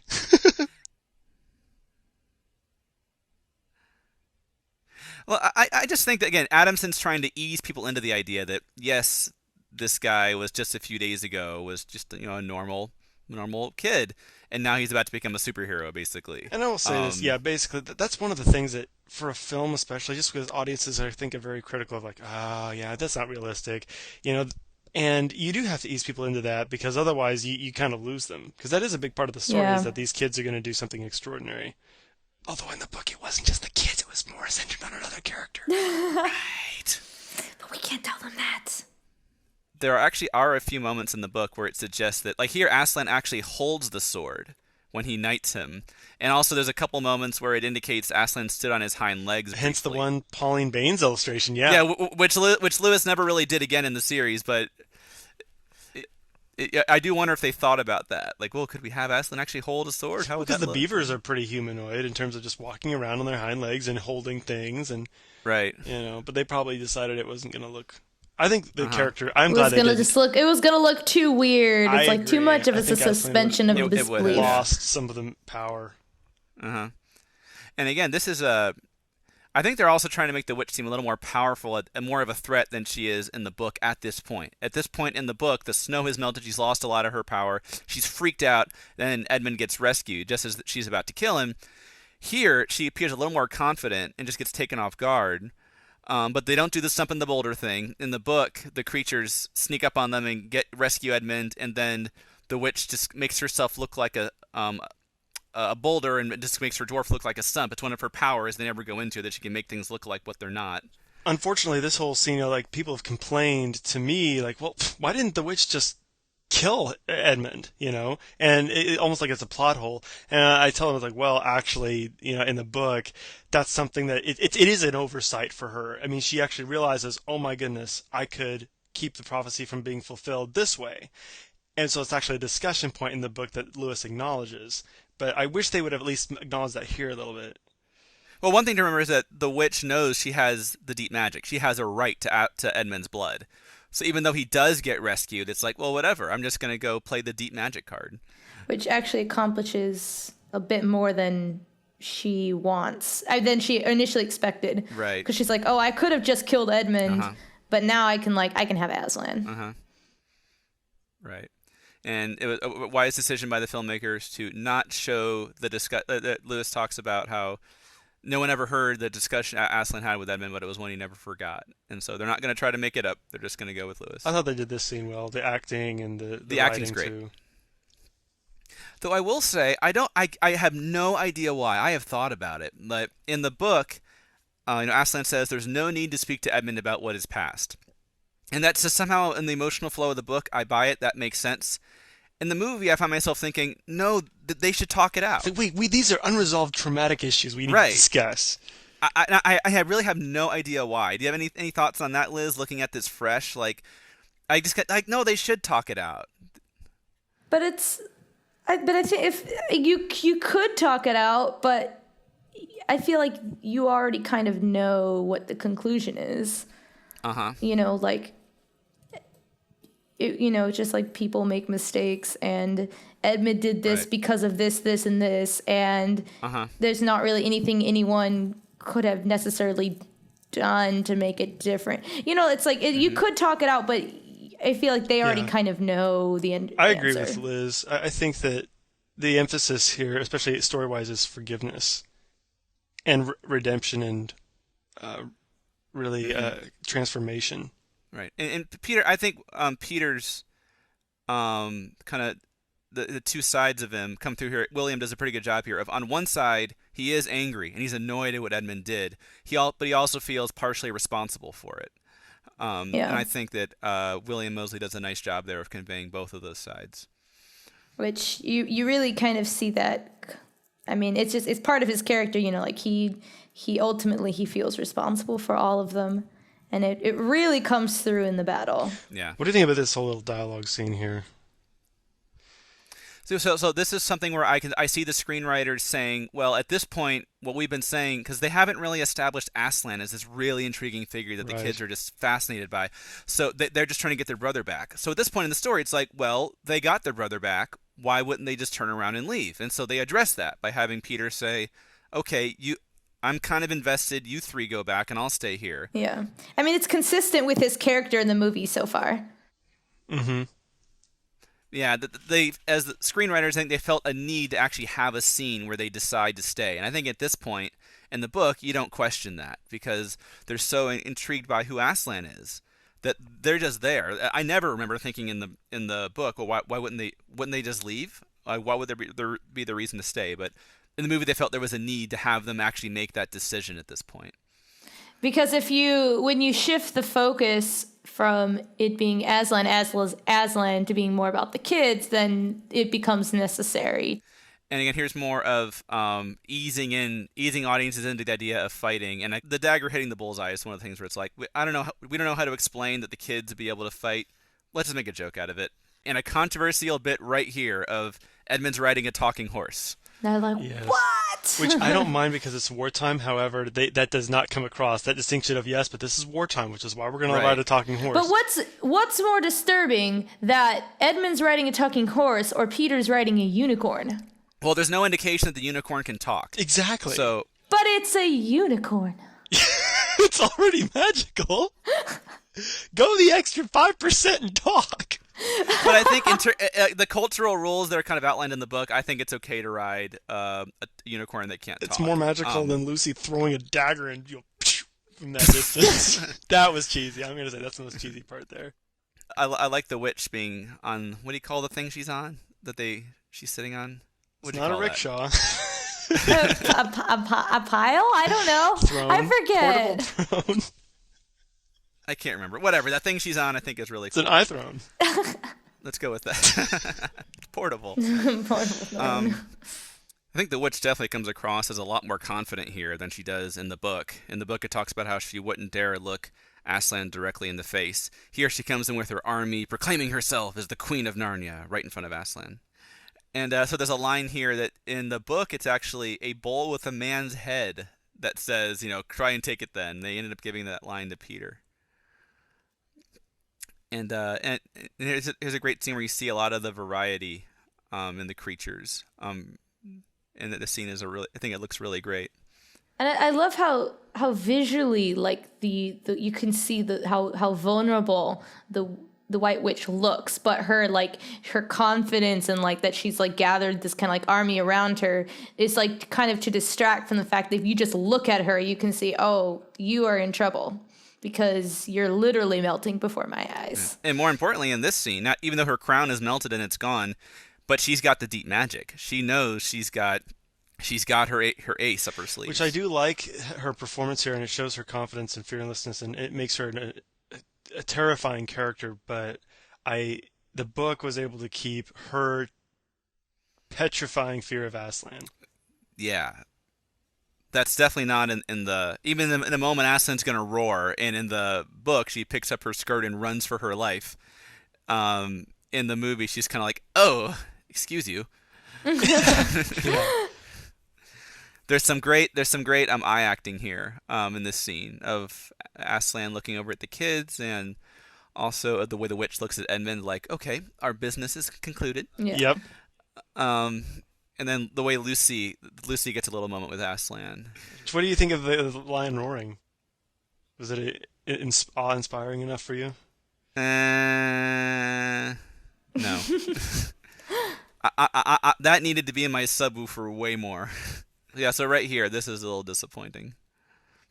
Lewis spends about a paragraph describing this roar. Yeah. Which they actually they really needed more of the roar that he has when the White Witch sees him again. Yeah. I almost wish she would have just come in by herself rather than being I don't know. carried off. I think it's cool. The whole creatures around her and stuff. It's cool. And Lucy, she's like, oh. I always forget how they changed the location of Aslan's camp in the book. It's actually at the stone table. And I'm always distracted by this one fawn right in the center of the frame here. It's like, oh, can I get your autograph? I always look at that. I've never noticed that, but thank you. From now on, I'm going to always be distracted by that. Every single time. Well, good, because if it's ruined for me, it should be ruined for everyone else. Seriously, I've never noticed that guy like with both arms out. Hey! Yeah.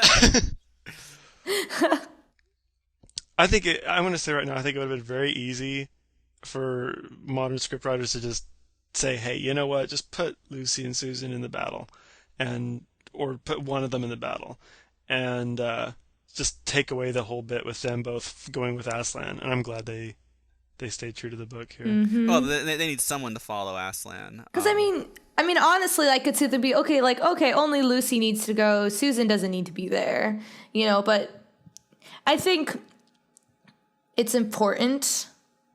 I mean, just from a cinematic perspective, like, I don't know, like, it makes sense more than just this is the way they did it in the book.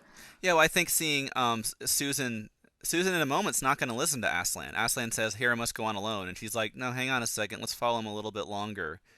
And so I think that's a little bit of Susan's perspective of it. No longer, oh, let's just go home. Like, she is starting to invest in this world a little more. I don't know how they could have really changed it, but I wish, in the book, when you're just reading it, you think their being there with Aslan is just as important as Peter and Edmund's contribution in the battle, if not more important. Yeah. And you don't get that in the film, and I'm not quite sure what they could have done to change that. Susan is the character who gets the shaft in this movie in terms of, like, character development. So I think this part of the movie is like, it gives an opportunity to kind of see her kind of, I don't know, react and change. See her starting to invest in Narnia a little bit. Yeah.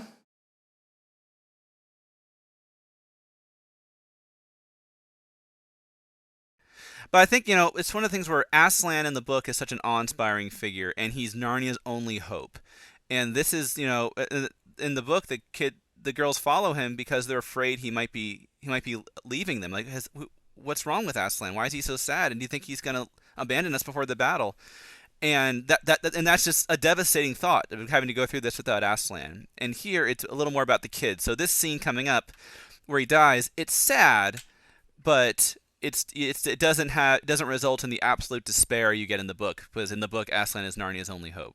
Yeah, and I think that's huge, because it's like what you said, like, if just like little things throughout the movie where they make a conscious effort to shift the focus from Aslan to being more about the family and the kids, and them being together is the hope that Narnia has.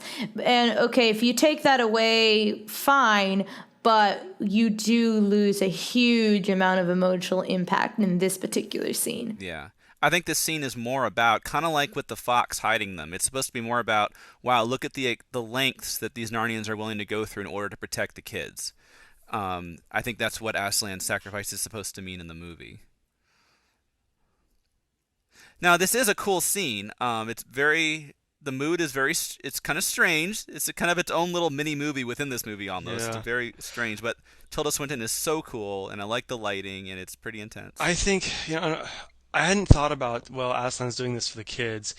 I do think it still comes across as in the book he's doing this for Edmund, but Right. I do agree that there is so much lost by taking out the deeper magic. And so I think that the meaning is a little bit, but it's a little befuddling what the real meaning is here. Unfortunately, this I wanted to be crying when I watched this. It's not like I just go to movies and cry, but Well, some people did.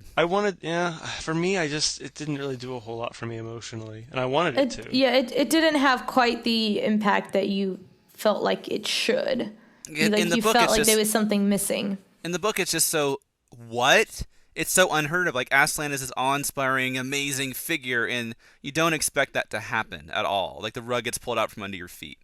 And I think that's less true in the movie. Now, a lot of people. Now, I do like this scene. A lot of people were really emotionally moved by this. So maybe we're kind of in the minority there. I mean, I thought, oh yeah, that's sad. And It's kind of powerful. definitely emotionally moving. It's just like if you are familiar with the book and you kind of know where like you have your own idea of how it should impact you, especially when you see it visually, and then when it doesn't quite get there, it's a little like you feel like there's something you go in with those missing. expectations, obviously, of a book. It's really hard. And it's kind of interesting, kind of looking. I don't remember when the last time I saw the BBC version, but of course, I think a lot of us came to this movie with expectations, contrasting or comparing it to the other one.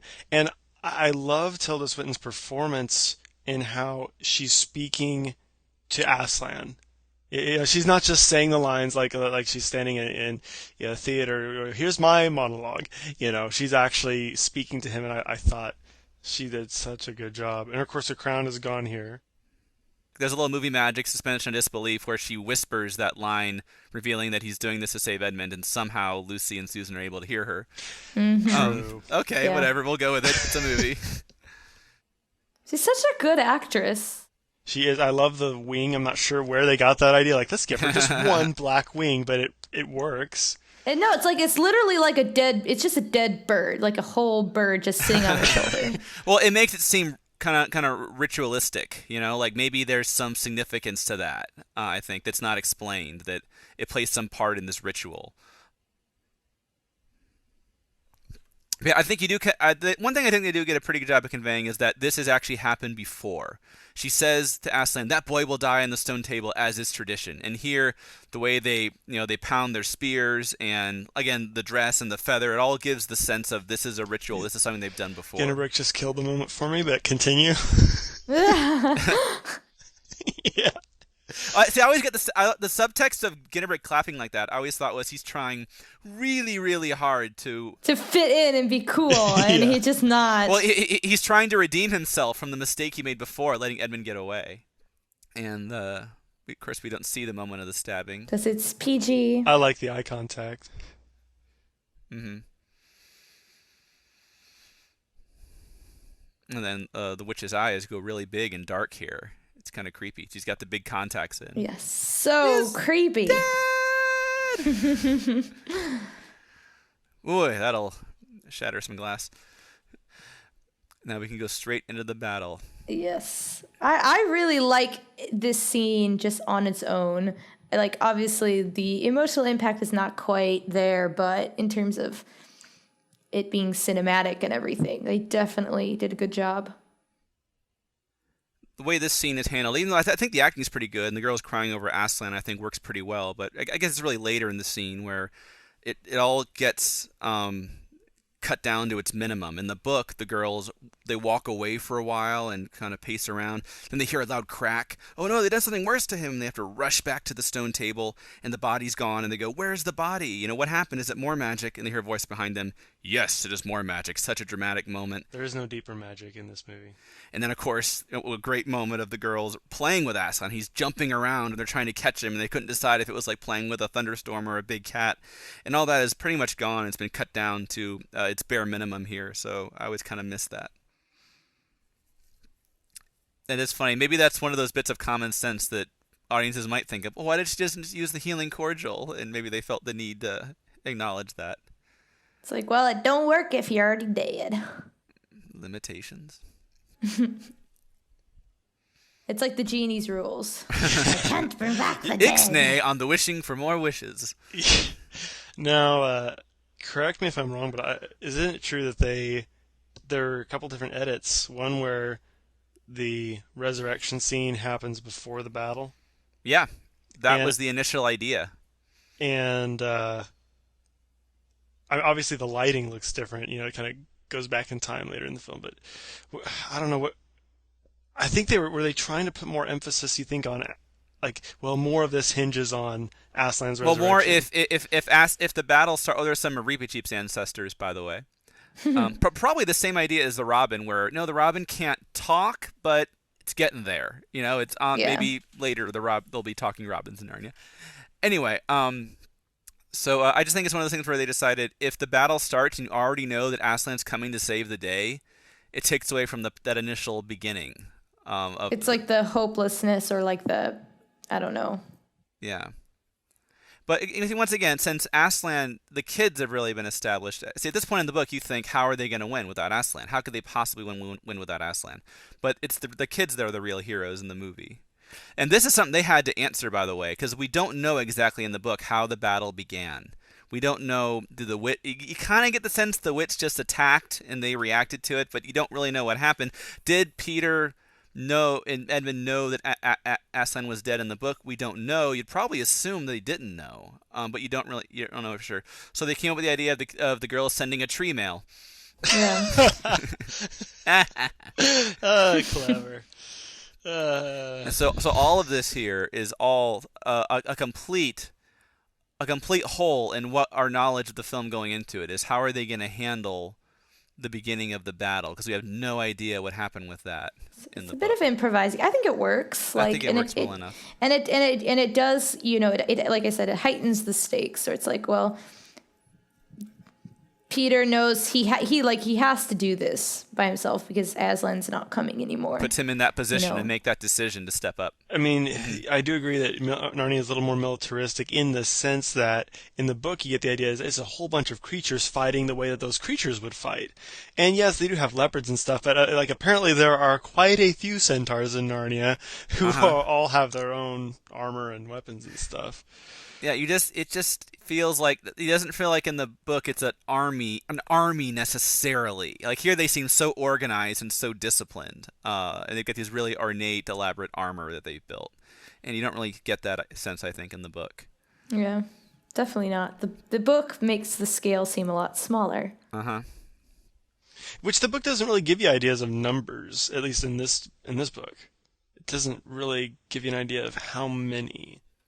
Well, if you watch the behind the scenes, you know that it's 5,000 versus 15,000. So there you go. The appendices. I mean, but do you remember though, like back when kind of numbers were coming out for the battle, and some people, I think, maybe being used to Lord of the Rings size scale, were like, oh, it's just too small. Like 5,000's too small. Which I don't think it's too small think it's good. At all. It's not too small. I remember people being unhappy. They're like, Yeah. that's such a wimpy army. It's such a wimpy I think it's fine number. for it Like, to feel how like can a you wimpy make a army. proper battle out of that? And like, well, I think what they were trying to go for is more, well, quality over quantity isn't the right word, but it's more like it's personal. It's like every one of those 5,000 people are important. Yeah, I agree. There's some of the Narnian dwarfs, which even Howard Berger later admitted that he was disappointed with how the dwarfs turned out in The Lion, the Witch, and the Wardrobe. Ginnebrick's okay, but the other ones just didn't really work. Huge improvement in Prince They Caspian. did a lot better job in the next one. Yes. And that was a big trailer line, but I bet they had. I feel like that's like the tagline for like Prince Caspian for me is like huge improvement. I've made no secret. I really enjoy Prince Caspian a lot more than this one. And yeah, all three of us did, and that's a controversial position. It is. It's like they made more big changes, but I felt like they got the spirit of it better than the letter. Whereas and here they got the letter of it. You can listen to our Prince Caspian commentary on that one. Sorry, side tangent. That's right. Obviously, Battle. a very controversial statement Jim Fan just made. Oh, there's some giants in the book. There's Rumblebuffin, and there's a lot of humor from Rumblebuffin actually. Of when he knocks down the gate and he uses Lucy as a handkerchief and stuff. And I sometimes think like if I were a director, I think about some of the changes being proposed. If someone said, "Hey, I want the witch riding a chariot with polar bears, and I want her to have Aslan's mane around her neck," I would That's say, cool. "You just got to raise." It's so weird, but it works. It works so The polar well. bears does kind of work against all odds, and having her wear Aslan's mane is a really cool, like that's just so sick. Like that she would It's even just think like to do how could you? Do you think a lot of people noticed it? It's I don't, subtle. It's I don't think definitely I did. subtle. I don't think I noticed it till like the second viewing, honestly, or till I read about it in the NarniaWeb forum or something.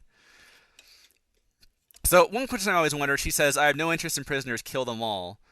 So all these people, where have they been for the last 100 years? And has she been wanting to kill them? Has there been this sort of war going She on this hasn't whole had a time? need to kill them. That's the idea. I think.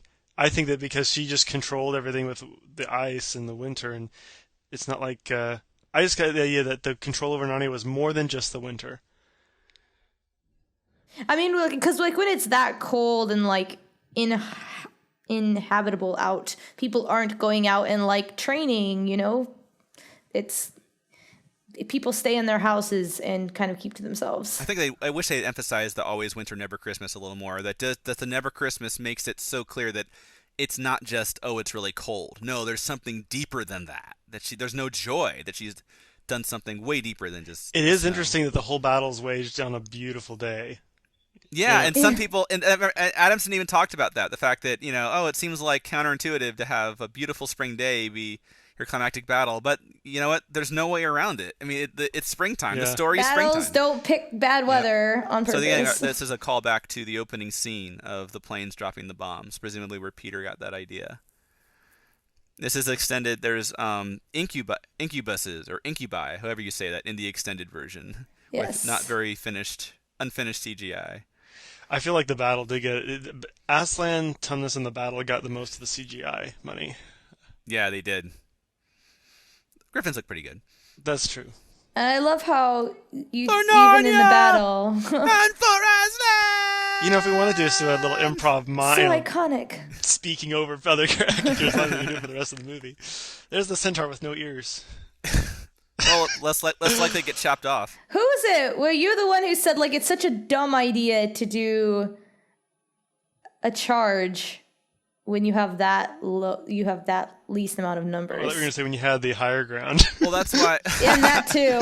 Have the high ground. ground. Well, that's why they send in the Griffins to kind of give them an initial advantage and disorganize the army, and then they charge in. It looks cool, but it doesn't make sense from a military standpoint. I really like how the cheetahs outrun everybody. I think it's pretty It's an interesting point, with CGI now, those types of shots, like the camera floating right above those spears, you could never do anything roughly that equivalent with a regular crane. cool. Right. And of course, a centaur, since he's not, I think it's cool that he can ride with two hands, or he has two swords, because a man on horseback wouldn't be able to use two swords. Yeah. And they keep his helmet down, which They is do for a long time, actually. yeah, it's not like Spider-Man where they got to get rid of the mask after a few seconds. It probably maybe they wanted a stunt. They have a stunt rider on here for a lot of this. Might be the reason. I'm sure that has something to do with it. And also, I think the rating has a lot to do with it. It's a lot harder to get a PG rating when you're seeing people's faces. It's very personal. So here we are, the resurrection scene where they're going to cut out. First off, it goes by very quick. It's more of a break from the battle is what it is. And also there's no deeper magic. In the book there was the witch knew about the deep magic. She did not know about the deeper magic. And here there's just the deep magic and the witch misinterpreted it. Well, it's like he said because the witch didn't understand the true meaning of sacrifice. It's like, wait, what? It sounds kind of sappy, and whereas in the book it's like, oh my goodness, there's this actual knowledge. Oh yeah, we talked about this to a lot in our book commentary, Lion, the Witch, and the Wardrobe, but I think I agree it's sappy, but it did bother me a little bit in the book that you didn't read the fine print, and like it just feels so Deus Machina. It just feels so out of nowhere. The fact, just kidding. There's a deeper magic, and this, although it's sappy, it feels like less of a cheat. The key is that because her knowledge goes to when time began, and Aslan's knowledge goes to before time began. Uh-huh. And so it's this idea of his timelessness and it's not like, well, he's just smarter, or it's by his nature, even as old and ancient as she is. She saw the dawn of the world, which you learn, but Yeah. hmm The one thing to keep in mind, though, is that the kids, like Aslan, isn't really. Again, he's kind of been demoted to some extent in the movie. I don't know if it would have had the same effect. Like, you kind of believe it in the book that Aslan would just have deeper knowledge, the witch didn't. I don't know if you would buy that in the movie. They haven't really set up Aslan as being that powerful. he's almost like the ruler of Narnia as opposed to the master of all things. Creator. Yeah. But they keep the stone table cracking in there, of course, and really memorable image from the book. And then And the next time you see this scene, it will be one of the best scenes in Prince Caspian, is what it'll be yeah. at this moment. And And it will look so different. the only time Lucy gets to use her dagger is right there when she pulls it out. Like, F And he's like, nope. That paw looks really There's a real. look on her face like, oh. He's like, you're 8, okay? You're 8 years old. This is PG rated. Another kind of disappointing roar here. I did not need to cover my ears, whatever Aslan says. Now that edit is a little weird, though, because the way they changed the editing, where they moved the resurrection to after the battle starts. So now the sun's already come up at the battle, and then we cut to the resurrection, and it hasn't come up yet. So that cuts a little weird. The resurrection was behind a mountain. It was really far Yeah, away. it was just like foggy, okay? Okay, fair enough. You can see the clouds. There's just more cloud cover over there. Yeah, let's go with that. I will say this moment coming up with the witch, I thought, as far as like just making her look powerful, I thought they did just a great job, because you don't want to go overboard with magic, And you think, oh, that's cool, the phoenix sets the field on fire, and then she basically just kind of dismisses it, And just like, just kidding. Yeah, that was a big trailer moment for sure. The phoenix coming in there. And he's like, dang it. He's like, Draw them to the rocks. Helmet it's like, down. even though it's the battle, he's got Edmund way up high. He doesn't want him anywhere near Well, it. no, Edmund's in charge of the whole idea. Is I gotta just say this was so disappointing. This is such an amazing scene in the book. The way it's so visually striking, the way Lewis describes it, of the girls riding on Aslan, and one of the most iconic images in the book. And you really think there's a lot they could have done with that. With the way he describes it, of like being on a super fast horse, but a noiseless horse, and it's just so cool the way Lewis describes it. And it's just a quick moment, and the blue screen's not very good, and that was super disappointing. One thing I think, one of the ways that things a lot of people talk about with how you rate the success of an action scene is geography. When there's a lot of chaos going on, it's very difficult to make sure the audience is aware of the spatial relationship between all the different characters. Like Transformers, it's just a big mess. You don't know what's going on. And here, you really get, okay, Edmund's over there, the witch is coming over here, Peter's. You really get a good sense of it. The battle's really well done on that level. From a battle perspective, it's well done. Yeah. And even with all the CG characters, it actually comes across very well. Yeah. I do like the setting. Like, they picked a good place to kind of set it. Now, I liked this part as part of the movie, Brian, but you did not, if I recall, at least initially. I think it's a little hokey. The charge, I think, got a little glimpse of the ankle slicers there. Only time you see him taking on the rhino. I think it's a little hokey with him, and I mean it's fine, it's cool. And again, the real thing here is, I think, once again, Peter was going to look on here like, wow, it's really critical to the Narnians that they really want to protect us. We mean a lot to them, just like the fox hiding the kids and Aslan's death. I think that's kind of what this is about. I didn't know he got a narsil pommel on all the swords there. Cool transition there. That looks just like it. Wait, how'd he get there? No, it's not the same one. So this is the major change in terms of emphasis from the end of the book. The book, this is basically all of chapter 16 is them restoring the statues, and that's a lot of detail describing how Aslan does that, and a lot of joy, and that one lion being, did you hear what he said? Us lions, and stuff like that. There's a lot of some giant rumble buff, and bringing down the gate is one of the great moments from the book. And here it's really they're just there to get the army, then they leave. There's not a lot of time spent on the joy of it. Right, but again, like here, it's kind of it's a breather from the battle for one thing, but Yeah. it's also, you're cutting back and forth, which makes more sense in a movie if you unless you're going to go the way of the book and just not show the battle at all until they arrive. And so, here you could have some humor in the book, whereas it would just kind of feel out of place and weird. Maybe. Yeah.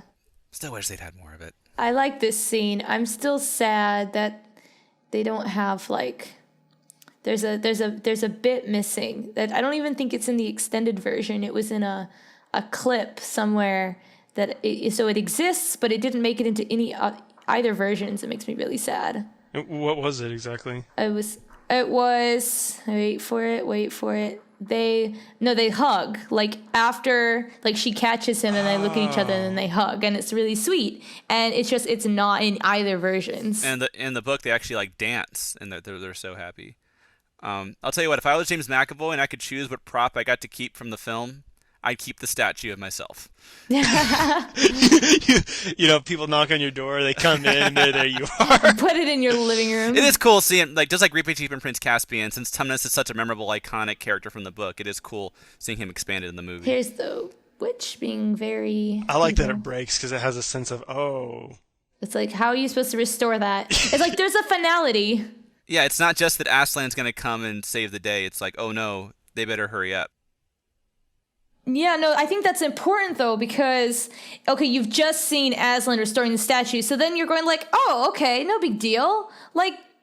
Battle solved. We don't have to worry anymore. It's like, no, you still have weapons, and people, the statues can break. People are actually dying. They are still dying, and they will continue to die. I have to say, as someone who obviously doing lots of fencing over a decade, I love good sword fighting, and obviously you want it to work well in a film. And I know the choreographer worked closely with Bob Anderson on Lord of the Rings, and I thought he did a good job because you want it to be an interesting looking fight, but you don't want it to look like he's just an expert overnight. You still have to kind of There's a good line there. in. Oh, I love this. This is one of the best moments in the movie. Just from an editing standpoint, it's great. I love how all the sound goes away. It's this noisy battle, but all you can hear is Edmund falling. It's a genuinely emotional scene. And you just see Peter's face, and you're like, oh, your heart just kind of breaks. And he's like, you know what? Forget it. He's completely embraced his role as the protector of his family and the protector of Narnia here in that moment. And like what you said, Rilian, about trying to sell the idea that, you want him to be a good fighter, but you want him to be believable. He only picked up a sword for the first time a few days ago.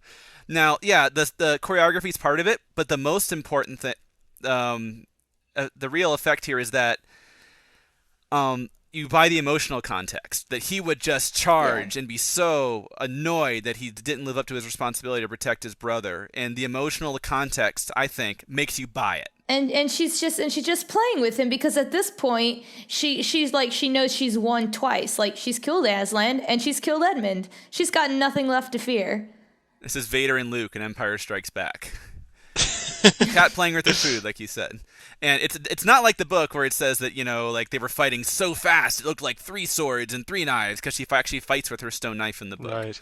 Which I'm glad that they had her use swords in the movie. I thought it would have worked better. I bet the choreography is brilliant, I think. Peter looks a little sloppy and emotional, and he should. That's exactly how it should look. Save all the good sword fighting for the next movie. So now I think the witch really is trying to kill him. And just, okay, enough of this. Aslan's about to come. Put me in timeout. I better end this now. And you can see, because he's really not, he's not really lasting. Here comes Angry Tumnus. Ah! Just knocking someone over without a weapon. There you go. Rumble Buffin. There's his one contribution to the battle. Half second. He did something. Whoa, missed his arm. So, okay, at the end of the day, after everything they did to demote Aslan, he does save Peter at the end. All right. But, Liz, what do you think of this moment here? Aslan pauses for a moment in her reaction before he does the deed. Am I supposed... I don't know. I know it was slightly... People were it was a topic of discussion. I didn't really... I remember certain discussions you can see her head rolling around in the back. Yeah. It was just it's he ate her. It's no, he didn't. No, he didn't. I think it makes it seem like less of a a passionate crime and more of this is something I have to do, you know? Though when Susan runs up here and looks at Aslan, it's a weird moment. She looks over at him like, what were you doing? Just a funny moment there. The way they edit it, he's like, oh, don't mind me, I'm just chewing on this person's face. Speaking of moments that were maybe unintentionally kind of funny, Rick getting shot here. Oh yeah. He's like, I'm gonna do this if it's the last thing I do. For some reason, everyone laughs at that. I don't know what it is that makes it so funny.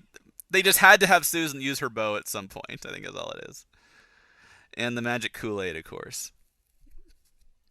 Which I guess it wouldn't have had to have been red, would it? I don't know. No, I don't know. Yeah. You know, I thought the conclusion of the battle, like, I thought Aslan pausing was a great idea. I thought sometimes I feel like some of the acting is almost better in some of the non-dialogue scenes. Yeah. And, you know, I know, Brian, you and I have talked, this film actually the actors do a really good job in a number of areas, whether it's Lucy coming in and meeting Tumnus, or the scenes here where there's no dialogue and you get the emotion. It comes across. I agree. I mean, Peter's acting in this scene, it just kills me every time. Yeah, and honestly, with child actors, not knocking child actors, but by nature they're less experienced, and it's hard, I think, to get good emotion in scenes without a lot of dialogue from child actors. There's a moment kind of similar to the moment earlier before where Aslan said, "There's no need to speak to Edmund about what is past."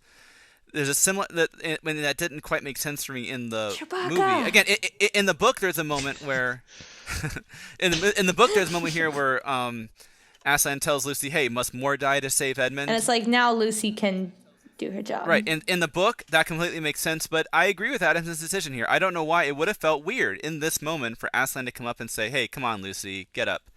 I don't know, and tell her off a little bit. I don't know why, but it does feel like that would not have fit in the movie.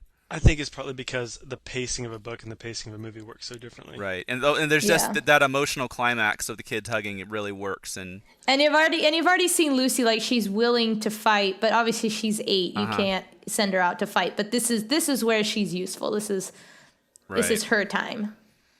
That the mermaids there, that's the one remnant of the sea people singing in the book, and there's a lot more detail in the book of the kids go to the beach and, oh, the seagulls, do you remember, and that sense of longing. There's a lot more description of the journey to Cair Paravel in the book. And they did such a good job recreating this for the next one, I have to say.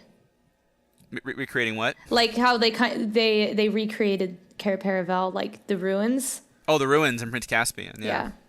Sorry, side tangent. Fortunately, they cut out a bad line here. Do you guys remember the Four Winds? The Four Winds. It was rumored that Aslan was going to crown them in the name of the Four Winds, and people just went, "What the heck is that about?" And it was simply because we didn't know what it was, and eventually it was cut out, and we'll never know exactly what the line was. But and back in Hollywood, all these people are like, these people just like wait until the movie comes out. Oh yeah, right. Like we're gonna do that. I like that Tumnus does the crowning. There's so in the book they get their titles of King Peter the Magnificent, Queen Susan the Gentle, King Edmund the Just, Queen Lucy the Valiant. That's just like a little epilogue, and Lewis tells us as a narrator that's what they came to be known as. And here Aslan actually gives them their names. Is how they did it. Which probably makes a little more sense in terms of the movie, I suppose. Well, it's really the only way to include it. Yeah. And then there's a lot more in the book too. Of the kid in the book, the kids actually give gifts to everyone, including the beavers and all their friends, and Aslan. They give gifts to Aslan. I always wonder what could they possibly have given him. What did he get? That It's like, what could he take with him? He still got the charcoal drawn. That was like, wow. Is that supposed to be funny, or should I be concerned? I don't know. Poor guy. I think he's just honored because he's like, the King Edmund drew this on me. It clearly is an honor. No, I always wondered, like, looking at where the sun is, this isn't Middle Earth. You don't go into the east. The ocean's to the west. Well, the ocean's to the west. It's the east. So the sun have they been up all night partying? I don't know. Just asking. You're overthinking it, okay? No, I'm just kidding. Overthinking it? Oh, how dare you! Not for a NarniaWeb, that is not possible. Tumnus still has his signature scarf. What's that? Signature scarf. He just got a fancy Yeah, they one. changed it. But this is where they're going to squeeze the line in. He's not a tame lion, but he is good. Because in the line he says he's not safe, but he's good, which is one of the most character-defining moments for Aslan in the book. That's tragically not in the movie. So they kind of combine two lines there.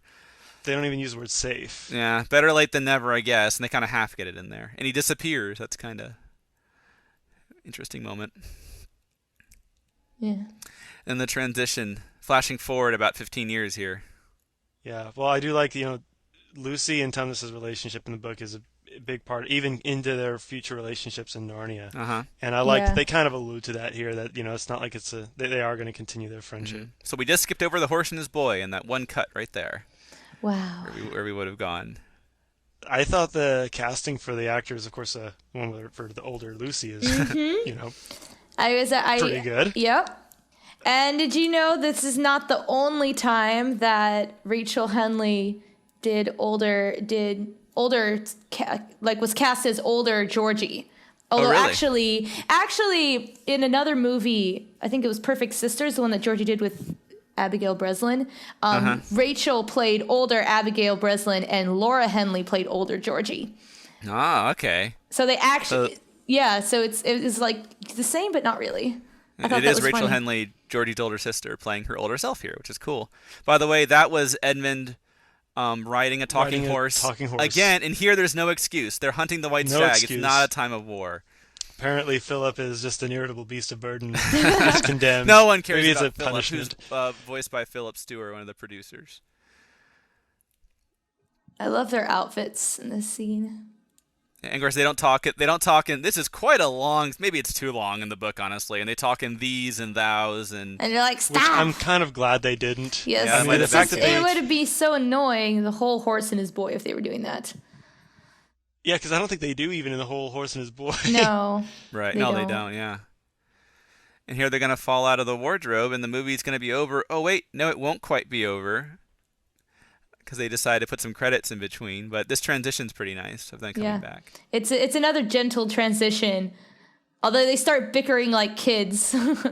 Right. That's true. It wasn't the McCready, it was the professor in the book here.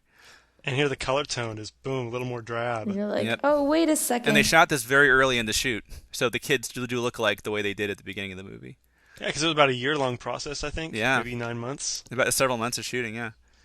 So what do you think? So they had this debate going of Adamson on one hand wanted to end the movie on this upbeat note of him saying "try me," but he also wanted to have that scene, another scene to kind of say, "Will we ever go back?" and kind of have a little more closure. What do you think of and they kind of compromise. Liz, what do you think of the way they handled it? Should they just have included the scene into the main body of the movie? No, I really like the way how they did it. Like, I think it's perfect because like you end the movie. You end it upbeat, but then it's like it's not quite over. But it's Narnia is the same way. Like the story of Narnia never quite finishes. There's always more.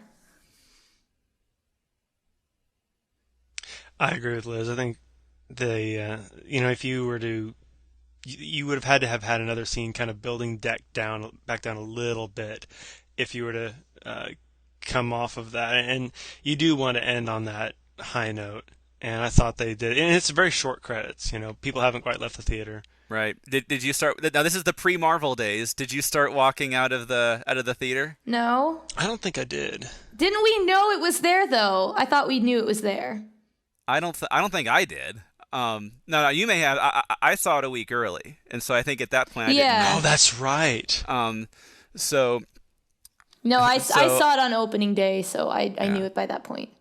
But I think now normally, especially for a movie like this, I was so invested in, I would have watched all the credits. But here, I think, oh, I was so excited to get a review on NarniaWeb, and I started walking out. But fortunately, I did see it on the way out. And I love how the professor, like you can see, like he's kind of a sad, like he looks like maybe he's been like crying, like thinking about like the past and how he misses it and stuff. I was just gonna say Jim Broadbent's performance here is more like how I kind of thought it would be the rest of the movie, but I think I like his performance best in that one little moment. Mm-hmm. The light out of the wardrobe, I think, is a little bit hokey, but that's okay. Oh, and of course, I was like, it's gonna. If only they had waited 3 more seconds. if just in case they ever make more movies, a little cliffhanger. Yeah. There's a great moment at the end of the commentary with Andrew Adamson and producer Mark Johnson, where Mark Johnson says, and this is a great bit for, just in case if we decide to ever make more movies, And Adamson laughs and goes, spoken like a true producer. Well, here we are. We're at the end. They could take the next movie and just take the next book and split it into 3 movies. Well, that's what you got to do. Oh, man. Prince Caspian, part 1 and part 2. Yeah, let's put in Prince Caspian right now. We don't have to stop. No, we do. Now, I'm curious. I have a question for you both. How has this movie aged for you over the last 10 years now? Good question. In some ways, I can see it being dated. In some, just certain choices that they made that it's like, okay, I can see how that kind of dates it. You mentioned the music. Yeah, a little bit of the music. In terms of it putting together, especially when you contrast it with Prince Caspian, where I feel like Prince Caspian got the spirit of the book right, even though it made a lot more changes. When I rewatched Lion, Witch, and Wardrobe, I remember how they get it looks fine, but the spirit for me is not quite intact. So in that way, I really do regard Prince Caspian as being the better adaptation. Dun dun dun dun. Yeah. She went there. I said it. How about you, Brian?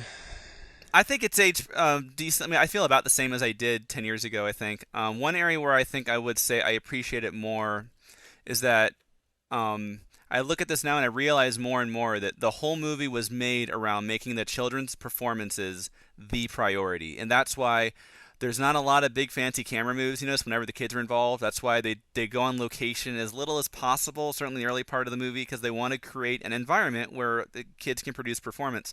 You can't have big, complicated camera, because your kid, you've only got them on set for a few hours. You're probably only going to get one really good take out of them, and that's it. You lose them. So when you get that good take, it better be in focus. Mm-hmm. Everything better be lit right. You can't. It's not like a professional, experienced actor. We can have them do it over and over, and they're used to dealing with the logistical nightmare of making a movie. A kid, it's like you can't even have them act. They just got to be themselves. And so that's one of the reasons why I think this movie feels a little bit creatively claustrophobic. Sometimes a little bit.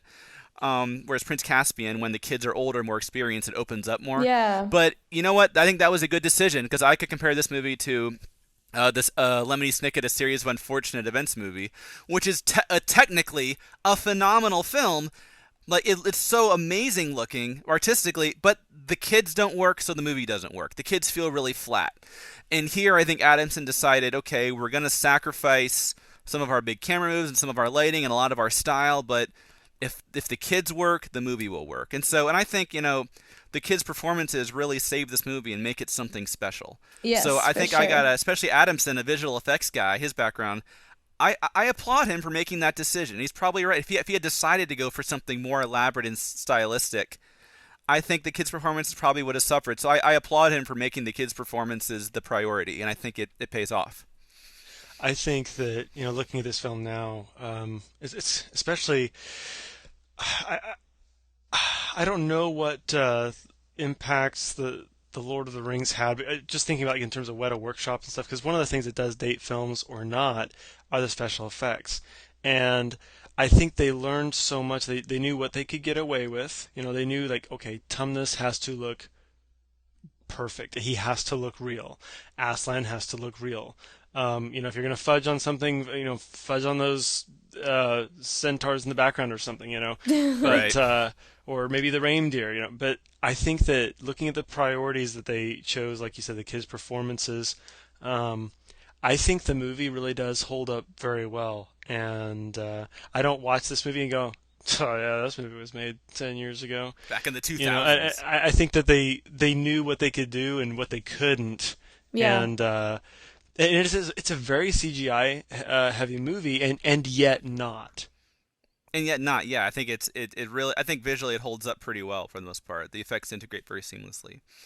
So my overall thoughts on this movie is something that was so deeply personal to me, and I anticipated for 4 years. it's good, and I respect it. I think they didn't take my favorite book and turn it into Transformers. You know, they didn't do that. Thank They the really Lord. did. It was given to someone who, Andrew Adamson, who really liked the books, wanted to tell a good story with good characters, really took it seriously, and I think yeah, I respect this movie for being that. I don't think I don't know if I call it a great, or it certainly doesn't have the power that the book has for me. It doesn't capture my imagination the way the book does. But I think I still think it's pretty good, pretty faithful to the story, and pretty decently faithful to the heart of the book. And it's a fairy tale, and it still on some level does get me excited about the idea that maybe this world isn't all that there is, and awakens that longing a little bit that I think the book does a little bit. So I think it's a pretty good, kind of visualizing of the book, and a pretty enjoyable fantasy film. Certainly, like if you look at sort of like PG-rated fantasy films that have come out the last decade or so, this is one of the good ones. Oh yeah, for sure. I would definitely say it is a good movie. I think it was a good adaptation, and it's a good movie, and I'm glad that it still works as a movie. Even though it's been a while since I've seen it, and the initial awe is certainly worn off. Yeah. Now, what will be your overall review of the movie, Jim? Liz? I would say, Jim, Liz. like, it's hard to say because, okay, just overall give it a number 6 or 7 out of 10. With five being average, so it's above average. You like it? Yes, I would think it's above average. Yeah. Yeah, I definitely have to say, like, when you look at like positives and negatives, it's definitely overall a positive. Oh yeah, Definitely. for sure. There's so much good there. Yes, I have some significant criticisms, but overall, yeah, I'm really happy it got made. Now, I wonder. To me, I think this is a story that should be retold every generation, and so not every 4 or 5 years like some superhero franchises, but retold, but retold every generation. So I think this is something that, hey, another 10 or 20 years down the road, I hope this movie gets remade. I hope we get a new perspective on it. Who knows? Maybe in another 10, 15 years, maybe we could do another commentary. It's unfortunate if they made The Horse and His Boy really soon, the kids could have played their older selves, and it would be. But now, at the time of this recording, we don't know if the Silver Chair is going to get made. That's the one we're waiting on. And at the end of the day, I love the books. The books are enough. They don't need adaptations. But when someone can come up with, hey, another perspective on a story you love, that's really cool. And so I would welcome if the Silver Chair is on the same quality as this movie, I'll be happy. Yes, definitely. Maybe not completely 100% satisfied. I'll be thinking, oh, what could have been, but I'll be content. I like this movie, and I think I respect Andrew Adamson for what he did. Even some good positive things makes it worthwhile. Like, the majority of Dawn Treader we hate, but there's certain things in it that makes me for that alone, I'm glad it was made. Well, I'm going to say this. If nothing else, I am glad for the time I've gotten to spend with you guys and with all the other NarniaWebs. No, seriously, Has it's it really been been cool. 10 years? It's been longer than 10 because I was on the forums before the movie came out. They're more like 11 and a half years for me. Wow. For me, just over 10 years. All right. Well, yeah, thanks so much, guys. There's always so much to Thank you, dissect, and I guys. hope we get to do this. I hope we get to do this on the Silver Chair at some point. We will see. Life goals. Further up and further in.